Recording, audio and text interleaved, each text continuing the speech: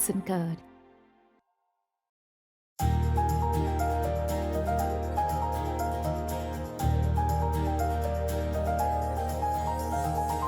வாழ்க்கையில் பெரிய மகிழ்ச்சி எது? பட்டிமன்றம்ன்றதுங்க, திரும்பவும் சொல்லிடுறேன், உலக மொழிகளிலே தமிழில் மட்டும்தான் இந்த கலை வடிவம் இருக்கிறது. வேறு எந்த மொழியிலும் பட்டிமன்றம் என்ற கலை வடிவம் இல்லை. மணிமேகலைன்ற காப்பியத்தில் இருக்கு, மாணிக்க வாசகர் பெருமான் வரிகளில் இருக்கிறது. கம்பன் பன்னருங்கலை தெரி பட்டி மண்டபம் என்ற வரி கம்பன் எழுதியிருக்கிறார். மிக மிக பழங்காலத்திலிருந்து சமயவாதிகள் தங்கள் கருத்துக்களோடு கருத்துக்களை மோத விடுவதற்கான ஒரு அமைப்பாக பட்டிமன்றத்தை வைத்திருந்தார்கள். இது மாதிரி எந்த மொழியிலையும் கிடையாதுன்றது எனக்கு தெரிய உண்மை. ரொம்ப காலம்னா நான் ஒரு கோவிடுக்கு கொஞ்ச நாள் முன்னாடி ஒரு முறை எஸ்பி பாலசுப்ரமணியம் அவர்களை ஒரு விமான பயணத்தில் சந்தித்தேன். அவர் பார்த்த உடனே என்கிட்ட கேட்டார், எப்படி போகிறது பட்டிமன்றம் அப்படின்னு. அது 2018ன்னு நினைக்கிறேன். அவர்கிட்ட கேட்டேன் நான், உங்களுக்கு பட்டிமன்றம் தெரியுமா, பார்த்துருக்கீங்களா அப்படின்னு. அப்போ அவர் சொன்னார், 13 மொழிகளில் நான் ரியாலிட்டி ஷோ பண்ணுறேன் டிவியில். ஆனால் எனக்கு தெரிய பட்டிமன்றம்ன்ற கலை வடிவம் தமிழில் மட்டும்தான் இருக்கிறது. நான் அதற்கு ரசிகன். உலகமே எஸ்பிபியின் குரலுக்கு ரசிகர்கள், ஆனால் அவர் பட்டிமன்றத்துக்கு ரசிகர்னு என்கிட்ட சொன்னார். செல்ஃபி எடுத்துக்கிட்டார். ரொம்ப பெரிய விஷயம் அது. அதனால் அந்த மொழிக்கு பெருமை சேர்க்கிற பட்டிமன்றம் போகிற இடமெல்லாம் நடக்கிறது. கொஞ்சம் தரம் வித்தியாசம் இருக்கும். இன்றைக்கி நாம் ஒரு தலைப்பு வச்சுருக்கிறோம், வாழ்க்கையில் பெரிதும் மகிழ்ச்சியை தருவது கிடைப்பதை விரும்புவதா, விரும்பியதை அடைவதா? ஏதாவது புரியுதுங்களா? நீங்கள் எல்லாம் அமைதியாகவே உட்காந்துருக்கீங்க. கொஞ்சம் பேர் பின்னாடி பிள்ளைகளை தூக்கிட்டு நிற்கிறாங்க. அந்த புண்ணியவான்களுக்கெல்லாம் 2 தடவை கும்பிடணும். எங்கே போனாலும் பிள்ளை தூக்குறது. அது இங்கே வந்த பிறகு பயல்களை உட்கார வச்சாலும் கஷ்டம். இப்படி பார்ப்பான், இங்கே எதுக்கு உட்காந்துருக்க, இவங்க என்ன பேசுகிறாங்கன்னு நீ உட்காந்துருக்க, கமான் லெட் அஸ் கோன்னுவான். அதனால் அவங்களுக்கு சில ஏற்பாடு பண்ணி வச்சுருப்பீங்கன்னு நினைக்கிறேன். வேண்டாத ஆளுங்க கையில் கொடுத்து நீ அங்கேயே வெளியேறு, இல்லை விளையாடுங்கடா வெயில்லன்னு சொல்லிட்டு நீங்கள் வந்திருப்பீங்க. இந்த தலைப்பு கொஞ்சம் வித்தியாசமானது. நீங்கள் நினைக்கிறத அடைவது மகிழ்ச்சியா, இல்லை கிடைச்சதில் சந்தோஷப்படுறது பெரும் மகிழ்ச்சியா? இவ்வளவுதான் தலைப்பு. இப்போ இவங்க $1 மில்லியன் $10 லட்சம் எதிர்பார்த்து வந்திருக்கிறாங்க. இது நடத்துறதுக்கு இவ்வளோ ஆகும்ன்றாங்க. அதில் அவர் தம்பி பேசும்போது சொன்னார்ல, அனிருத் வரணும் அப்படின்னார். நீங்களாம் உடனே படு உற்சாகமாயிட்டீங்க. என்னங்க உண்மை தானே அது? ஏதோ அனிருத்தே வந்த மாதிரி ஆயிட்டீங்க. அவருக்கு இருக்கிற பிஸி ஸ்கெடியூலில் வந்தாலும் வரலாம். அப்படி வந்தார்னா நீங்கள் விரும்பியதை அடைந்து விட்டீர்கள். வரலைன்னு வைங்க, வேற ஒரு மியூசிக் டைரக்டர் வர்றாருன்னு வைங்க, அதுக்காக நாங்கள் அனிருத்தைத்தான் எதிர்பார்த்தோம், இவரை பார்க்க மாட்டோம்னு சொல்ல முடியுமா? வந்தது இவர் தான், இருக்கட்டும், அதை மகிழ்வோம். அப்படி தானே நினைப்போம் இல்லையா? இது எல்லாத்தையும் விடுங்க. பொங்கல் நல்லா வரணும்னு தான் பொங்கல் வைக்கிறோம். அதை அவர் சாப்பிட்டு பார்த்துட்டு, ஏம்மா இதுக்கு என்ன பேர், என்ன வேணாலும் வச்சுக்கோங்க, இதுக்கு தான் உங்களுக்கு நான் எதுவுமே செய்கிறதில்ல. இல்லைம்மா ஏதோ சொன்னியே நீ பொங்கல், நீயே அதுக்கு கொஞ்சம் கூட இது கிட்ட வரலையே, கிடைச்சதை சாப்பிடுங்க, அப்படி தானே சொல்லுவோம் இல்லையா? பொங்கல் நல்லா அமையணுன்றது நம்ம எதிர்பார்த்தது. அதுக்காக ஒரு மாதிரி வந்துருச்சு, குழஞ்சி போச்சு, அதுக்கு என்ன செய்ய முடியும்? கீழே போட முடியும்? சாப்பிடியா, வச்சு சாப்பிடு. இவ்வளோ பெரிய ஃப்ரிட்ஜ் எதுக்கு வாங்கியிருக்கோம்? உன்னை தொந்தரவு பண்ணுறதுக்கு தானே. அப்படி தானே சொல்லுவோம் இல்லையா? இது தாங்க தலைப்பு. ரொம்ப சுருக்கமாக சொல்லிடுறேன். நீங்கள் கிடைப்பதை விரும்புவது அப்படின்னு ஒரு 3 பேர். வைஷாலி அவங்க தான் முதல் பேச்சாளர். இல்லை வேண்டாம் உட்காருங்க, அவங்க விட்டால் தீர்ப்பே சொல்லிடுவாங்க போல. நான் போகவா அப்படின்னு. இவ்வளோ ஆர்வமாக கிரிக்கெட்டில் கூட யாரும் போனதில்லை. உடனே நான் போய் 6 அடிக்கிறேன் மாதிரி நிற்கிறாங்க. வைஷாலி அவர்கள் கிடைப்பதை விரும்புவதுங்க. உலகத்தில் எல்லாருக்கும் நினைச்சது கிடைச்சிருமா? கிடைச்சதில் சந்தோஷமாக இருக்கவன் தான் நிம்மதியாக இருப்பான். அது வேணும் இது வேணும் இது வேணும்னா நீ என்னைக்கு சந்தோஷமாக இருக்கிறது அப்படின்னு சொல்கிறதுக்கு வைஷாலி அவர்கள். அவங்களோட பேசுகிறதுக்கு நண்பர் ஜேசு சுந்தரமாறன். யாரோ ஒரு நண்பர் அவருக்காக இருக்கிறாருன்னு நினைக்கிறேன். நல்லா பேசுவார். ஏன்னா அவங்கள பேச்சு நான் கேட்டதில்லை, ஜேசு பேச்சு நான் கேட்டிருக்கிறேன். ஏன்னா கொஞ்ச நாள் எல்லோரும் வீடு அடங்கி இருந்தோம் பார்த்தீங்களா, வீட்டுக்குள்ளேயே உட்காந்து என்னையே நானே பார்த்து பேசுகிறது. அதுக்கு பேர் தான் ஜூம் காலா. கண்ணாடியை பார்த்து பேசுகிற மாதிரியே இருக்கும், ஒன்றுமே விளங்காது. அது நம்ம பேசிகிட்டு இருக்கும்போது நம்ம வீட்டில் இருக்கிற ஆள் கதவை திறந்து பார்த்து இன்னும் முடியலையா, மைக்கு நல்லா தானேங்க இருந்தது, அப்படியே இருக்கட்டும், ரொம்ப நல்ல மைக், இன்னும் முடியலையா, இன்னும் என்னைக்கு தான் இது முடியும் அப்படின்னு அவங்க திட்டுவாங்க. அந்த மாதிரி ஒரு அது என்ன நேரலையில் நடந்த ஒரு நிகழ்வா அது, மெய்நிகர் நிகழ்வு. மெய்நிகர், நேரலைனா லைவ் இல்லை, நமக்கு இது வேறு இங்கிலீஷ் தெரிய மாட்டேங்குது. மெய்நிகர் நிகழ்வில் அவர் பேசி நான் கேட்டிருக்கிறேன். அப்பாவை பற்றி ரொம்ப அழகாக பேசினார். பெரும்பாலும் யாருமே புகழாத பாராட்டாத ஒரு கேரக்டர்னா அப்பா தான். அது எல்லா அப்பாக்களுக்கும் தெரியும். ஒரு அப்ராணி கேரக்டர், அதாவது அப்பா.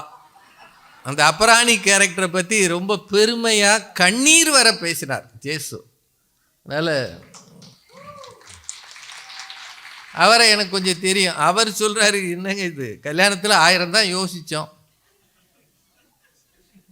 விரும்பியதை அடைந்தோமா, கிடைத்ததை விரும்பவில்லையா? அதே மாதிரி தானே அந்த அம்மாவும் சொல்லும் அப்படின்னு பேச வந்திருக்கிறாரு. இந்த அணியின் நிறைவு பேச்சாளர் நண்பர் மேகநாதன் வழவன் இருக்கிறார் பாருங்க. அவர் எந்த கட்சின்னே எனக்கு தெரியல, கதர் மாதிரி போட்டிருக்கிறாரு. அந்த கட்சியான்னு பார்க்குறேன், மேலே போட்டிருக்கிறத பார்த்தா இந்த கட்சியான்னு பார்க்குறேன். ஆனால் இதில் அவர் இந்த கட்சி தான், பட்டிமன்றத்தில். அவரும் ஒரு நல்ல தமிழ் ஆர்வலர், பேச்சாளர். உங்களுக்கு தெரியும் எல்லாரையும், இன்னும் நாங்கள் தான் புதுசாக வந்திருக்கிறோம். இந்த 3 பேரும் கிடைப்பதை விரும்புவதே அப்படின்னு பேசுகிறாங்க.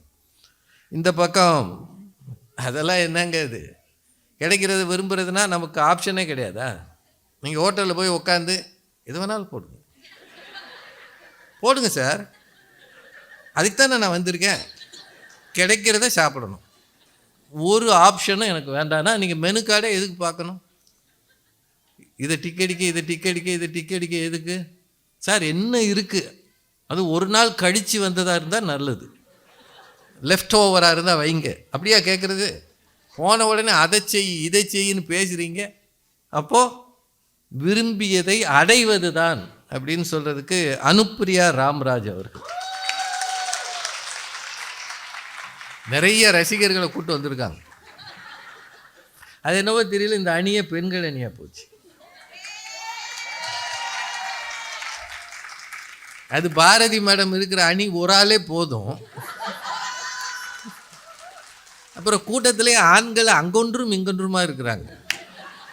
உள்ளே வர பயந்துக்கிட்டு நீயே இருமா, நான் வெளியில் நிற்கிறேன்னு எல்லாம் வெளியே நிற்கிறாங்க போல். அதனால் அந்த அணியில் அனுப்பிரியா அவர்கள், அதுக்கப்புறம் ஸ்ரீவித்யா மேடம்,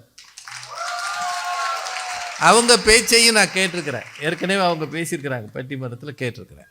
நிறைவாக நம் அனைவருக்கும் மிகவும் விருப்பமுள்ள ஒரு சிறந்த பேச்சாளர் திருமதி பாரதி பாஸ்கர். பட்டிமன்றம் அப்படின்னா ஐகான் மாதிரி ஒரு அடையாளமாக இருக்கிறது பாரதி. பட்டிமன்றம்னு டைப் அடிங்க யூடியூப்பில், பாரதி மேடம் படம் தான் முதல்ல வரும்.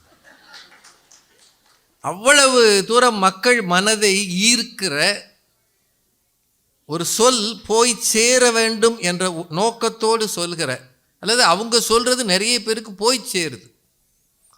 அவங்களுக்காக பிரார்த்தனை செய்தவர்கள் 1,00,000 பேர் இருக்கிறார்கள் உலகம் முழுக்க. நாங்கள் எந்த ஊருக்கு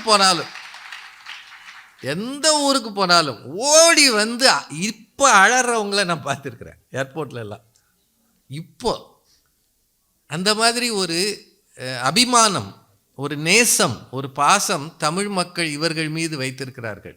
அந்த சிறந்த பேச்சாளர் திருமதி பாரதி பாஸ்கர் அவர்கள் நிறைவாக பேசுகிறார். 6 பேர் தயாராக இருக்கிறாங்க. நீங்கள் செய்ய வேண்டியது கொஞ்சம் நல்லா பேசினா கைத்தட்டுங்க, நல்லா பேசுகிறனாலும் கைத்தட்டுங்க. என்னங்க பேனா எனக்கு வேணாங்க, ஏதோ நான் இதில் கையெழுத்து போடுற மாதிரியே பேனாவாக கொடுத்துட்ருக்குறாரு. நல்லா பேசினாலும் தட்டுங்க, பேசாட்டியும் தட்டுங்க. ஆனால் நல்லா பேசுவாங்க. ஏன்னா சாக்ரமெண்டோ தமிழ் மன்றம் நிறைய பேரை இப்படி தான் வளர்த்துருக்கிறது. தமிழ் வளரணும் அப்படின்னா அடுத்த தலைமுறை தமிழை பேசணும். அதுக்கான பணிகளையும் நீங்கள் செய்கிறீங்க. நிறைய தமிழ் பள்ளிகள் இருக்குது. ஃபெட்னா சார்பாகவே நிறைய போட்டிகள் நடத்தினாங்க இந்த கோவிட் காலத்தில். ஒவ்வொரு ஊர்லேயும் பிள்ளைகளை பேச வச்சாங்க. நான் கூட அதில் மெய்நிகர் இதில் பேசியிருந்தேன். நான் அந்த பிள்ளைகள் மத்தியில் ஒரு பேச்சு போட்டி வச்சு அடுத்த தலைமுறை பேச்சாளர்களை உருவாக்குகிற பெரும் பணியையும் நீங்கள் செய்கிறீர்கள். அதனால் இந்த பணியை தொடருங்கள். வீட்டில் கொஞ்சம் தமிழில் பேசுங்க, கொஞ்சம் தமிழில் பேசுங்கள். தமிழ் உங்களோடு நின்று போகக்கூடாது, அடுத்த தலைமுறைக்கு போக வேண்டும் என்ற ஒரு எண்ணத்தை, வேட்கையை உங்களுக்கு சொல்லி இப்போதைக்கு பட்டிமன்றம் தொடங்குகிறது. வாழ்க்கையில் பெரும் மகிழ்ச்சி கிடைத்ததை விரும்புவதை அடைவதா என்கிற இந்த தலைப்பில் கிடைத்ததை விரும்புவதே என்று பேச வருகிறார் வைஷாலி அவர்கள். அவரை உங்கள் சார்பிலே அழைத்து அமைகிறேன். நன்றி, வணக்கம். சக்ரமெண்டோ தமிழ் மன்றம் வழங்கும் பொங்கல் திருவிழாவுக்கு வந்திருக்கிறோம் ராஜா அவர்களையும் பாரதி பாஸ்கர் அவர்களையும் நன்றியுடன் வணங்குகிறேன். இங்கு அனைவருக்கும் நன்றிகள், வணக்கம். பொங்கல் திருநாள் வாழ்த்துக்கள். நான் இப்போ உங்கள் எல்லாருக்கும் ஒரு கேள்வியோடு என்னோட பேச்சை தொடங்குறேங்க. என்னைக்காவது ஃப்ரீ டைமில் உட்காந்து நான் இதெல்லாம் விருப்பப்பட்டேன் ஆனால் எனக்கு கிடைச்சது இதெல்லாம் அப்படின்னு லிஸ்ட் அவுட் பண்ணியிருக்கீங்களா? சொல்லுங்க. விரும்பினது என்னென்ன, ஆனால் எனக்கு அதுக்கு மாறாக என்ன கிடைச்சது அப்படின்றது பெரிய லிஸ்ட்டாக இருந்திருக்கும். ஆனால் எந்த சைடு லிஸ்ட்டாக இருந்திருக்கும்? விரும்பினது லிஸ்ட்டா, கிடைச்சது லிஸ்ட்டா? ஒவ்வொருத்தருக்கும் ஒவ்வொரு மாதிரி. நான் ஆமாம், நிறைய பேர் சொல்வீங்க இல்லைங்க எனக்கு கிடைச்சது. நான் அந்த 100ல் ஒருத்தர்கிட்ட கேட்கல, மீதி 99 பேர்கிட்ட கேட்குறேன். அதான் கேட்கவே வேண்டாமே, நீங்களே 199 அப்புறம் கேட்கணும். அதில் பார்த்தீங்கன்னா உங்களுக்கே ரிசல்ட் தெரிஞ்சிருக்கும். நம்ம கிடைச்சதை விரும்பினது தாங்க பெரிய லிஸ்ட்டாக இருந்திருக்கும். இப்போ கூட நடுவர் ஐயா சொன்னார், கல்யாணம் நம்ம என்ன நினச்சிருப்போம், ஒரு அஜித், விஜய், நயன்தாரா, தமன்னா. கிடைச்சது என்ன, ரமேஷ், சுரேஷ், கனிமொழி, தேன்மொழி. வாழலையா சந்தோஷமா? பேர் அஜித்னு மாற்றிக்க வேண்டியதானே? கண்டிப்பா ஏன் மாத்திக்கலாம். ஆனா நம்ம எல்லாம் சந்தோஷமா தானே வாழ்ந்துகிட்டு இருக்கோம். அடுத்தது அந்த லிஸ்ட்ல பாத்தீங்கன்னு வைங்களேன், படிப்பை பத்தி எழுதியிருப்பீங்க, வேலையை பத்தி எழுதியிருப்பீங்க. நான் இந்த படிப்பு படிக்கணும்னு நினைச்சேன் ஆனா கிடைச்சது என்னமோ இந்த படிப்பு. நம்ம எல்லாருக்கும் மறக்க முடியாத ஒரு பீரியட் இருந்திருக்கும், இந்த 12th grade. எல்லாருக்கும் ஒரு ஃப்ரெண்டும் இந்த மாதிரி இருந்திருப்பாங்க. ஐயோ இல்லை, நான் இந்த காலேஜில் தான் சேர போகிறேன், இந்த படிப்பு தான் படிக்க போகிறேன், இந்த வேலைக்கு தான் போக போகிறேன்னு சின்ன பிறந்தே வளர்ந்துருப்பாங்க. கடைசியில் என்ன ஆச்சு, அவங்களுக்கு மார்க்ஸ் கிடைச்சிருக்காது, பிடிச்ச காலேஜில் சேர்ந்துருக்க மாட்டாங்க. பரவாயில்ல, இருந்தாலும் நான் ஒரு வருஷம் வேஸ்ட் பண்ணாலும் நான் அதுக்கு இம்ப்ரூவ்மெண்ட் எழுதி எனக்கு வேணுன்றதுக்காக முயற்சி செஞ்சு நான் அதை தான் படிப்பேன் பண்ணியிருப்பாங்க. கண்டிப்பாக பண்ணியிருப்பாங்க, நான் அது இல்லைன்னு சொல்லலை. ஆனால் நம்ம லெவலுக்கு பார்த்து ஓகே நல்ல காலேஜில் சேர்ந்தா போதும், அப்பா அம்மாவுக்கு உதவியாக ரொம்ப காசு செலவு பண்ணாமல் எது கிடைக்குதோ அதில் சேர்ந்துருப்போம். ஆனால் அந்த ஒரு ஆள் நான் விரும்பினது தான் வேணும்னு சொல்லி ஒரு வருஷம் வெயிட் பண்ணி அந்த காலேஜில் சேர்ந்து படிச்சிருப்பார். ஆனால் கடைசியில் என்ன, நம்ம முன்னாடி படித்தவரும் ஒன்றா தான் வேலை பார்ப்பாங்க, கடைசியாக வந்தவரும் ஒன்றா தான் வேலை பார்ப்பாங்க. ஆனால் அவரோட துறையில் அவர் நீடிச்சு நின்னாருன்றது கேள்விக்குறியாக தான் இருக்கும். அவர் என்ன கிடைச்சதோ அந்த சூழ்நிலைக்கு அவருக்கு என்ன கிடைச்சதோ அதை தான் அவர் யூஸ் பண்ணுறதுக்கு பார்த்தாரே தவிர்த்து இல்லை நான் இது கிடைச்சாதான் அப்படின்ற மாதிரி யாரும் இருந்திருக்க மாட்டீங்க. படிப்புன்ற போது தாங்க இன்னொன்று ஞாபகத்து வருது. நம்ம அப்துல் கலாம் ஐயா அவர்கள், அவர் என்ன ஆகணும்னு நினச்சாரு எல்லாருக்குமே தெரியும், பைலட் ஆகணும்னு நினச்சாரு. ஆனால் சயின்டிஸ்டாக ஆனார். அவர் விருப்பப்பட்டு செஞ்சதுனால தான் அவர் அந்த துறையில் ரொம்ப உயர்வான இடத்துக்கு போனார். நம்ம எல்லாம் அவருக்கு பாரத் ரத்னா கொடுத்து கௌரவிச்சிருக்கோம். பிரசிடென்ட்டாகவும் இருந்தார். இப்போ நம்ம இன்னுமே அவரை இந்த மாதிரி எக்ஸாம்பிள்கெல்லாம் எடுக்கிறோம்னா அவரோட கிடைச்சதை விருப்பப்பட்டு பண்ணதுனால தானே. வேற எக்ஸாம்பிளுக்கு ஆள் இல்லை. இப்போ கல்யாணத்துல நம்ம லிஸ்ட்ல எழுதி இருப்போம் கிடைச்சத சந்தோஷமா எடுத்துக்கிட்டோம். இங்க இருக்க பெண்களுக்கு ஒரு கேள்வி, அதுல எல்லாத்துலயும் ஒரு சஸ்பென்ஸான ஒண்ணு எழுதி இருப்போமே கல்யாணம்ன்ற விஷயத்துல, யாராவது சொல்ல முடியுங்களா? என்ன டீச்சரா? நானே சொல்லிடுறேன். நம்ம என்ன நினைச்சிருப்போம், எனக்கு இந்த மாதிரியான மாமியார் வேணும். கரெக்டா? இந்த மாதிரி இப்படி ஒரு ஆப்ஷன் உங்ககிட்ட தான் இருந்துருக்கு. இப்படி கணவர் வேணும்னு கேட்டா பரவாயில்ல, மாமியார் இல்லங்க. முக்கால்வாசி நம்ம மாமியார்களோட தானே இருக்க போறோம். கணவர் வேலைக்கு போயிட்டு வந்தாரு. எந்த காலத்துல மாமியார் வேணும்னு நினைச்சிருப்போம். ஆனா இப்போ பாருங்க, நம்மளுக்கு கிடைச்ச மாமியாரை நம்ம அனுசரணையா நம்ம பார்த்துக்கிட்டு அவங்களுக்கு வேண்டியதெல்லாம் செஞ்சு கொடுத்து அந்த மாமியார் வாயில இருந்தே இந்த மாதிரி மருமக கிடைக்க முடியுமான்ற அளவுக்கு பேர் வாங்கியிருக்கோம்ல. அது நம்ம கிடைச்சதை வச்சுதானே விருப்பமா இருக்கும். மாமியார் கிடைச்சதை விரும்பிட்டாங்க. அடுத்தது பார்த்தீங்கன்னா, ஒருத்தர் வந்து ஃபிலிம் இண்டஸ்ட்ரிக்குள்ளார வரும்போது நான் ஆக்டராக தான் வரணும்னு ஆசைப்பட்டார். ஆனால் கடைசியாக அவர் வந்ததான் என்னமோ டைரக்டர் ஆனார். ஆமாங்க, பாரதி ராஜா அவரை தான் நான் சொல்கிறேன். இல்லை நான் ஆக்டராகவே தான் இருப்பேன் அப்படின்னு இருந்ததுன்னா இப்போ வயசாகி 60 வயசில் நடிச்சிட்ருக்காரு. ஆனால் நமக்கு அவரோட இளம் பருவத்திலேயே நல்ல டைரக்டர் ஆகி அவருனால ஒரு நல்ல திறமையான மற்ற டைரக்டர்ஸ் எல்லாம் வந்து நல்ல சினிமாலாம் கொடுக்க முடிஞ்சது. இல்லை நான் ஆக்டர் தான் ஆசைப்பட்டேன், ஆக்டரே தான் ஆக போகிறேன் அப்படின்னு நினச்சிருந்தாருன்னா நம்மளுக்கு அந்த மாதிரி தரமான சினிமாவும் கிடைச்சிருக்காது, தரமான மற்ற டைரக்டர்ஸும் கிடைச்சிருக்க மாட்டாங்க. இதுக்கெல்லாம் கைதட்டலாமே. கஷ்டப்பட்டு ஒரு டைரக்டரை பற்றி சொல்கிறாங்க. சங்கர் கூட அப்படி தான் ஆக்டராக தான் வந்தார், அப்புறம் தான் டைரக்டர் ஆனார். நன்றி ஐயா.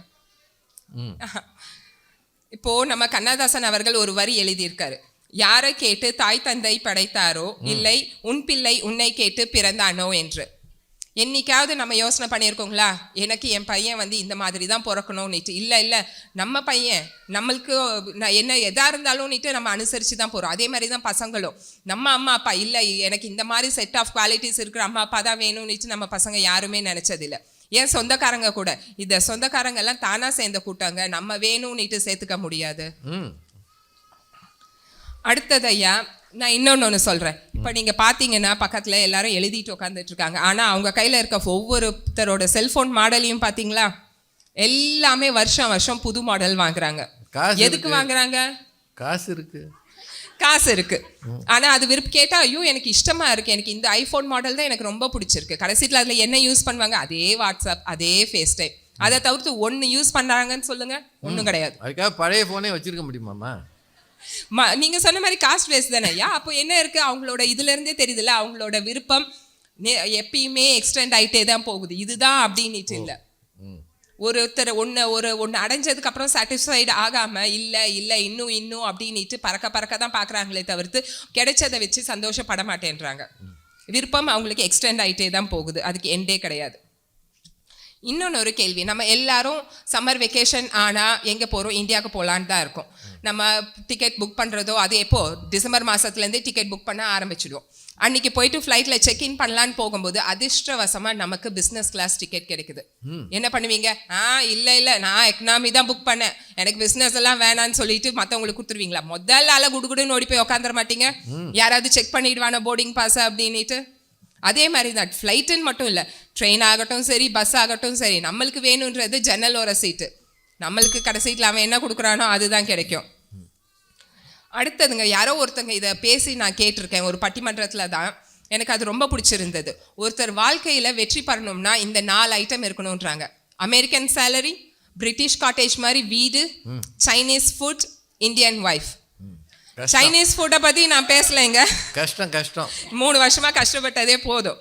மீதி 3க்கும் வருவோம். அமெரிக்கன் சேலரி, இப்போ அமெரிக்கன் சேலரியை பற்றி பேசலாமான்னு தெரியல, அது வீட்டுக்கு அனுப்பிட்டு இருக்காங்க. அடுத்தது பிரிட்டிஷ் காட்டேஜ் வீடு. கொடுக்குற சேலரிக்கு வீடு வாங்கலாம், சரி ஒரு 3000 ஸ்கொயர் ஃபீட்டில் வீடு வாங்கலான்னு போய் நின்னா நமக்கு முன்னாடி 1000 பேர் நிற்கிறான் வெயிட்டிங் லிஸ்ட்டில். நமக்கு 3000 கிடைக்கல, 1500 தான் இருக்குது, பார்க்குறீங்களா அப்படின்றான். சரி பரவாயில்ல, இருக்கிற சம்பாத்தியத்துக்கு அதுதான் கிடைக்குதுன்னா நம்ம வாங்கிக்கிட்டு அந்த வீடியை அழகாக சந்தோஷமாக வச்சுக்கலையாங்க? இல்லை எனக்கு 3000 நிலையே உட்காந்துட்ருக்கீங்களா? இல்லை அந்த வீட்டுக்குள்ளார காசு கொடுத்து வாங்கின வீட்டுக்குள்ளார போகாம தான் இருக்கீங்களா? அடுத்தது இந்தியன் ஒய்ஃப் முன்னாடியே பேசியாச்சு, கனிமொழியோ தேன்மொழியோ சந்தோஷமா போய். வேற பேரே உங்களுக்கு வர மாட்டேங்குது, பேரையாவது மாத்து. யாரையும் நம்ம துன்புறுத்திடக்கூடாது. இங்க யாரும் கனிமொழி தேன்மொழி இல்லை. இது இத்தனை பேர்ல இப்படி இல்லாம கேட்குறது. ஆமாய்யா, நான் கடைசியாக ஒன்று சொல்லி நிறைவு செய்கிறேன். நான் உங்கள் மருமகனோட ரொம்ப பெரிய ஃபேனுங்க ஐயா. தலைவர் சொல்லியிருக்காரு, வள்ளி சினிமாவில் என்ன சொல்லியிருக்காரு, நீ ஆசைப்படுறவனோட உன்னை ஆசைப்படுறவனை கல்யாணம் பண்ணிக்கிட்டா சந்தோஷமா இருக்கும்னுட்டு. நான் அதை தாங்க ஃபாலோ பண்ணேன். என்ன ஆசைப்படுறவரை கல்யாணம் பண்ணிக்கிட்டேன், நான் என் வாழ்க்கை இப்போ சந்தோஷமா இருக்கு. நன்றி, வணக்கம். அருமை. வைஷாலி அவர்கள் வித்தியாசமாக தொடங்கி இருக்கிறார். நிறைய கேள்விகள் எழுதி எழுந்திருக்கிறார். உங்கள்கிட்ட கேட்குறாரு, கனிமொழி தேன்மொழி யாராவது இருக்கீங்களா? என்னென்ன கல்யாணத்தில் எதிர்பார்த்தீங்க? ஆனால் உலகத்திலேயே மாமியார் இப்படி இருக்கணும்னு எதிர்பார்த்து கல்யாணம் பண்ண ஒரே ஆள் மாமியார் கொடுத்து வைத்தவர். நிறைய செய்திகளை கொண்டாந்து கொட்டியிருக்கிறாங்க. 12வது படிக்கும்போது என்னென்ன கனவு வச்சுருந்தீங்க, கிடைச்சதா அது? ஆஹா, அவன் என்ன 2வதே படிக்கல, அவன் அதுக்கு ஒரு காமெடி சிரிப்பு கொடுத்தான் பாருங்க. என்ன கிடைத்ததோ அதில் முன்னேறணும். அப்துல் கலாமை பார்க்கலையா? அவர் விமானி ஆகணும்னு ஆசைப்பட்டார், விமானப்படையில் சேரணும்னு போனார், கடைசியில் விஞ்ஞானி ஆனார், தேசத்தின் முதல் குடிமகன் ஆனார். கிடைத்ததை விரும்பியவர்கள் பின்னாடி சாதனை செய்ய முடிகிறது. கிடைக்கல, நான் விரும்பினது கிடைக்கலன்னு வருத்தப்படுறவங்க உள்ளதை இழந்து போவாங்கன்னு சொல்கிறாங்க. நல்லா பேசியிருக்காங்களா இல்லையாங்க? நான் கேட்டு தாய் தந்தை படைத்தாரா, இல்லை என் பிள்ளை என்னை கேட்டு பிறந்தானா, தெய்வம் செய்த பாவம் இது போடி தங்கச்சி, கொன்றால் பாவம் தின்றால் போச்சு இதுதான் என் கட்சின்னு அந்த பாட்டை கொண்டாந்து கண்ணதாசனையும் ஞாபகம் வச்சுக்கிட்டு ரொம்ப நல்லா பேசியிருக்கிறாங்க. மொபைல் ஃபோன் மாடல் ஒவ்வொரு வருஷமும் வாங்குறீங்களே, ஆப்பிள் வந்தாலும் சரி ஆண்ட்ராய்டு வந்தாலும் சரி, வாங்கி என்ன புதுசாக சாதிச்சிங்க? அதே நம்பரை காப்பி பண்ணுறீங்க. புது ஃபோன் வந்தோடனே புது நம்பராக வருது, பழைய நம்பரெல்லாம் காப்பி பண்ணி அதே ஜனங்களோட ஃபேஸ் டைம் பண்ணுறீங்க அல்லது பேசுகிறீங்க. என்ன புதுசாக செய்கிறீங்க? செலவு தானே அது. விரும்பியதை அடைவதை விட கிடைத்ததை விரும்புவது தான் நல்லதுன்னு முடிச்சிருக்கிறாங்க. எனக்கு என்னவோ வைசாலி பேசின பிறகு ஆடியன்ஸில் கொஞ்சம் பேர் அவங்களுக்கு சப்போர்ட்டாக இருக்கிறீங்கன்னு நம்புகிறேன்.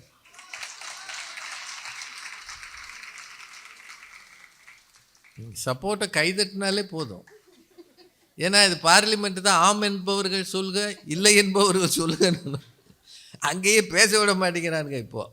அதனால் அவங்க நல்லா பேசி தொடங்கியிருக்கிறாங்க. பேச்சில் முதல் பேச்சாளராக இருக்கிறது சிரமம். அதையும் மீறி அவங்க தைரியமாக பேசினதுக்கு அவர்களுக்கு வாழ்த்துக்கள், பாராட்டுகள். இதுக்கு பதில் சொல்லணும். ரசிகர் பட்டாளத்தோடு இங்கு வருகை தந்திருக்கக்கூடிய அனுப்பிரியா ராம்ராஜ் அவர்கள். இங்கு வந்திருக்கும் அனைவருக்கும் என் அன்பார்ந்த தமிழ் திருநாள் வாழ்த்துக்கள். பெரும் மதிப்புக்குரிய ராஜா அவர்களே, இது இது ரொம்ப சுலபமான தலைப்பு. உங்களுக்கு பதில் சொல்ல எனக்கு பதில் சொல்லணும். ஆமா, அவங்களுக்கு பதில் சொல்லுங்க. பெரும் மகிழ்ச்சி என்பது கிடைப்பதை விரும்புவதே, விரும்புவதை அடைவதே. இதில் என்னையா சந்தேகம்? கண்டிப்பா பெரும் மகிழ்ச்சி என்பது விரும்புவதை அடைவதே. கண்டிப்பா ஐயா, இங்க அரங்கத்தை பாருங்க ஐயா, எவ்வளோ கூட்டம் திரண்டு இருக்கு. எல்லாரும் ஜே ஜேன்னு வந்திருக்காங்க இல்ல. இதுக்கு நீங்க வரணும்னு, பாரதி மேடம் வரணும்னு சாக்ரமெண்டோ விரும்பி அதை சாக்ரமெண்டோ தமிழ் மன்றம் நடத்தி காட்டியதால் தானே இங்கே இவ்வளவு பெருமகிழ்ச்சி. கடைசியில் எங்க தலையில கை வச்சிட்டீங்களா? அதே மாதிரி இங்க ஃபெட்னாவிலிருந்து பாலா ஐயா வந்திருக்கார்கள், கால்வெல் ஐயா மற்றும் நம் உறவினர்லாம் வந்திருக்காங்க, மற்றும் உறவினர்கள் வந்திருக்கிறார்கள் ஐயா. அவங்க எல்லோரும் எங்களுக்கு இந்த ஜூன் ஜூலை மாதம் ஃபெட்னா இந்த ஊரில் நடக்கும், நாங்கள் நினைத்ததை எங்களுக்கு கொடுத்ததாலே தானே நாங்கள் அது எங்களுக்கு கிடைத்ததால் தானே எங்களுக்கு விருப்பம் இருந்தது. நாங்கள் கிடைத்ததால் எங்களுக்கு மகிழ்ச்சி. சோ விரும்பியதை அடைவதாலே மகிழ்ச்சி. அதற்கு மிக்க நன்றி பாலாயா. நடுவரையா, எதிரணி கூட ஒரு எங்க பக்கம் தான் ஐயா. அதுல ஆமா, அது எப்படின்னு சொல்றேன் ஐயா.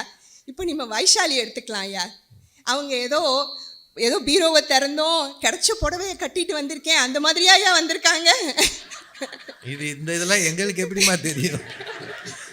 அவங்க பீரோவை திறந்து அவங்களுக்கு இந்த புடவை தான் வேணும்னு விரும்பி அதை முழுசா அலசி எடுத்து அவங்க கணவரை அதை அயன் பண்ண வச்சு எவ்வளவு அழகா கட்டிட்டு வந்திருக்காங்க ஐயா. அவரோட புண்ணியம் அது. அதனால பெரும் மகிழ்ச்சியில இருக்கிறாங்க ஐயா. அவங்களே சொன்னாங்க, விரும்புவதை அடைவதே பெருமகிழ்ச்சி ஐயா. ஐயா ஐயா இன்னொன்னு சொன்னாங்க ஐயா. அது என்னது? அமெரிக்கன் சேலரி, அதுக்கப்புறம் பிரிட்டிஷ் ஹவுஸ் காட்டேஜ். ஆமா, அப்புறம் தெய்வம் தந்த வீடு. ஐயா எது கிடைச்சாலும் போதும்னு இருக்கவங்க அதை ஏன் புலம்பிக்கிட்டே இருக்கிறாங்க? விரும்புவதை அடைவதே நமக்கு மகிழ்ச்சி ஐயா. இந்தியன் ஒய்ஃப்னு முதலே சொல்லிட்டு போக வேண்டியதானே? ஐயா இப்போ நம்ம அவையும் கேட்டுடலாம் ஐயா, அவங்க எந்த பக்கம் அப்படின்ட்டு. அதாவது இதில் வந்து 2 பிரிவு ஐயா. First day first show Rajini படம் பார்க்கணும்னு நீங்கள் நினச்சி பார்த்தீங்கன்னா எங்கள் பக்கம் கை தட்டுங்கப்பா. சரி அது டிவியில் எப்போ வருதோ பார்த்துக்கலாம் அப்படின்னு இருந்தீங்கன்னா அவங்க பக்கம். ஓடிடியில் பார்த்துக்கலாம். ஆமாம் ஐயா. India Pakistan world cup final நடக்குது ஐயா. எந்த சைடு வேணாலும் ஜெயிச்சா பரவாயில்ல அப்படின்னு இருந்தா அவங்க பக்கம். இந்தியா ஜெயிச்சாகணும்னு நினைச்சா எங்க பக்கம். ஆசை. ஆமா. இன்னைக்கு ஆஸ்திரேலியாவை ஜெயிச்சிட்டாங்க. கல்யாண சமையல் சாதம் காய்கறிகளும் பிரமாதம். ஐயா நீங்களே சொன்னீங்க நம்ம தான் தமிழர்கள் தான் ஒரு சாப்பாட்டு விஷயத்தை வச்சு ஒரு திருநாளே கொண்டாடுறோன்ட்டு. எது வேணாலும் ஒரு பழைய சோறு கிடைச்சாலும் பரவாயில்லன்னு இருந்தா அவங்க பக்கம் ஐயா. வாய்க்கு ருசியா கேட்டு வாங்கி சாப்பிட்டீங்கன்னா எங்க பக்கம் ஐயா. நீங்க என்ன ஆடியன்ஸை பிரிச்சிருவீங்க போல. ஜெயிக்கணும்னா எங்க கட்சி. தோல்வி வரலாம் ஐயா. ஆனா தோல்வி வந்தாலும் அதையும் தாண்டி பெருமுயற்சியால் விரும்புவதை அடைவதே மகிழ்ச்சி ஐயா. அதுவே எங்க கட்சி ஐயா. தோத்த பிறகு ஏதாவது ஒரு சமாதானத்தை பேசுவது அவங்க கட்சி ஐயா. அவங்க தோல்வி முகத்துல இருக்காங்க ஐயா. அவங்க வந்து உங்க மருமகனை பத்தி பேசினாங்க. என்னங்க நீங்கவே நான் கல்யாணம் பண்ண வீட்டுல கூட எவன் அப்படி சொல்றது. அதுல அவர் நிம்மதியா இருக்காரு. பழகலாம் ஆகலாம் ஐயா. ஐயா நாங்களும் சொல்றோம் ஐயா, வெற்றி கொடி கட்டு பகைவரை முட்டும் வரை முட்டு, லட்சியம் எட்டும் வரை எட்டு, படையெடு படையப்பா, வாழ்க்கையில் 1000 தடைக்கல்லப்பா, தடைக்கல்லும் உனக்கு ஒரு படிக்கல்லப்பா. ஐயா முயற்சி என்பது இல்லை என்றால் மனிதன் இன்னும் கொகைக்குள்ள மிக்சர் சாப்பிட்டு தான் உட்கார்ந்துருக்கணும் ஐயா. இது அரசியல் பேசாதீங்க. இப்படி உங்களை மாதிரி பாரதி மாடம் மாதிரி 8000 மைல் தாண்டி வந்து விண்ணில பறந்து வந்து பட்டிமன்றம் பண்ண முடியாது ஐயா. முயற்சி தான் ஐயா. முயற்சி வெற்றி அதுதான் ஐயா மகிழ்ச்சி. இப்ப எல்லாரும் வந்தனால மகிழ்ச்சியா இருக்கீங்களா? இருக்கிறீங்களா? கண்டிப்பா. அது என்ன ஒரு ஏரியா மட்டுமே உங்களுக்கு கை தட்டுது? ஐயா ஜான் எஃப் கென்னடி சொன்னார் ஐயா. அதாவது நான் வந்து நிலாவில் வந்து 10 வருஷத்துல ஒரு மனுஷன் நான் கொண்டு போய் அமெரிக்காவிலேருந்து ஒரு மனிதனை கொண்டு போய் நிறுத்துவேன் என்று.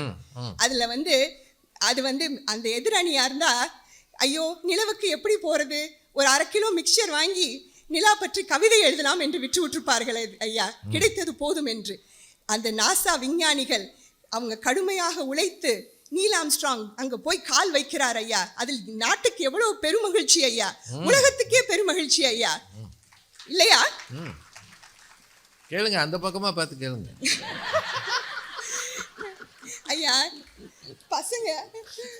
பசங்க புது ஃபோன் வேணும்னு கேட்குறாங்க நாங்கள் ஐயா. அதில் என்ன ஐயா தப்பு? தப்பே கிடையாது. தப்பே இல்லை. காசு கொடுக்குறது அப்பா தானே. அப்பா தான் ஐயா. அந்த காலத்தில் இந்த வெத்தலையில் மை எழுதி அந்த முகத்தை தெரியுதான்னு தொலைவில் இருக்கவங்க தெரியுதான்னு பார்த்தாங்களா ஐயா. திருடங்களை பார்க்கறதுமா? ஆமா ஐயா.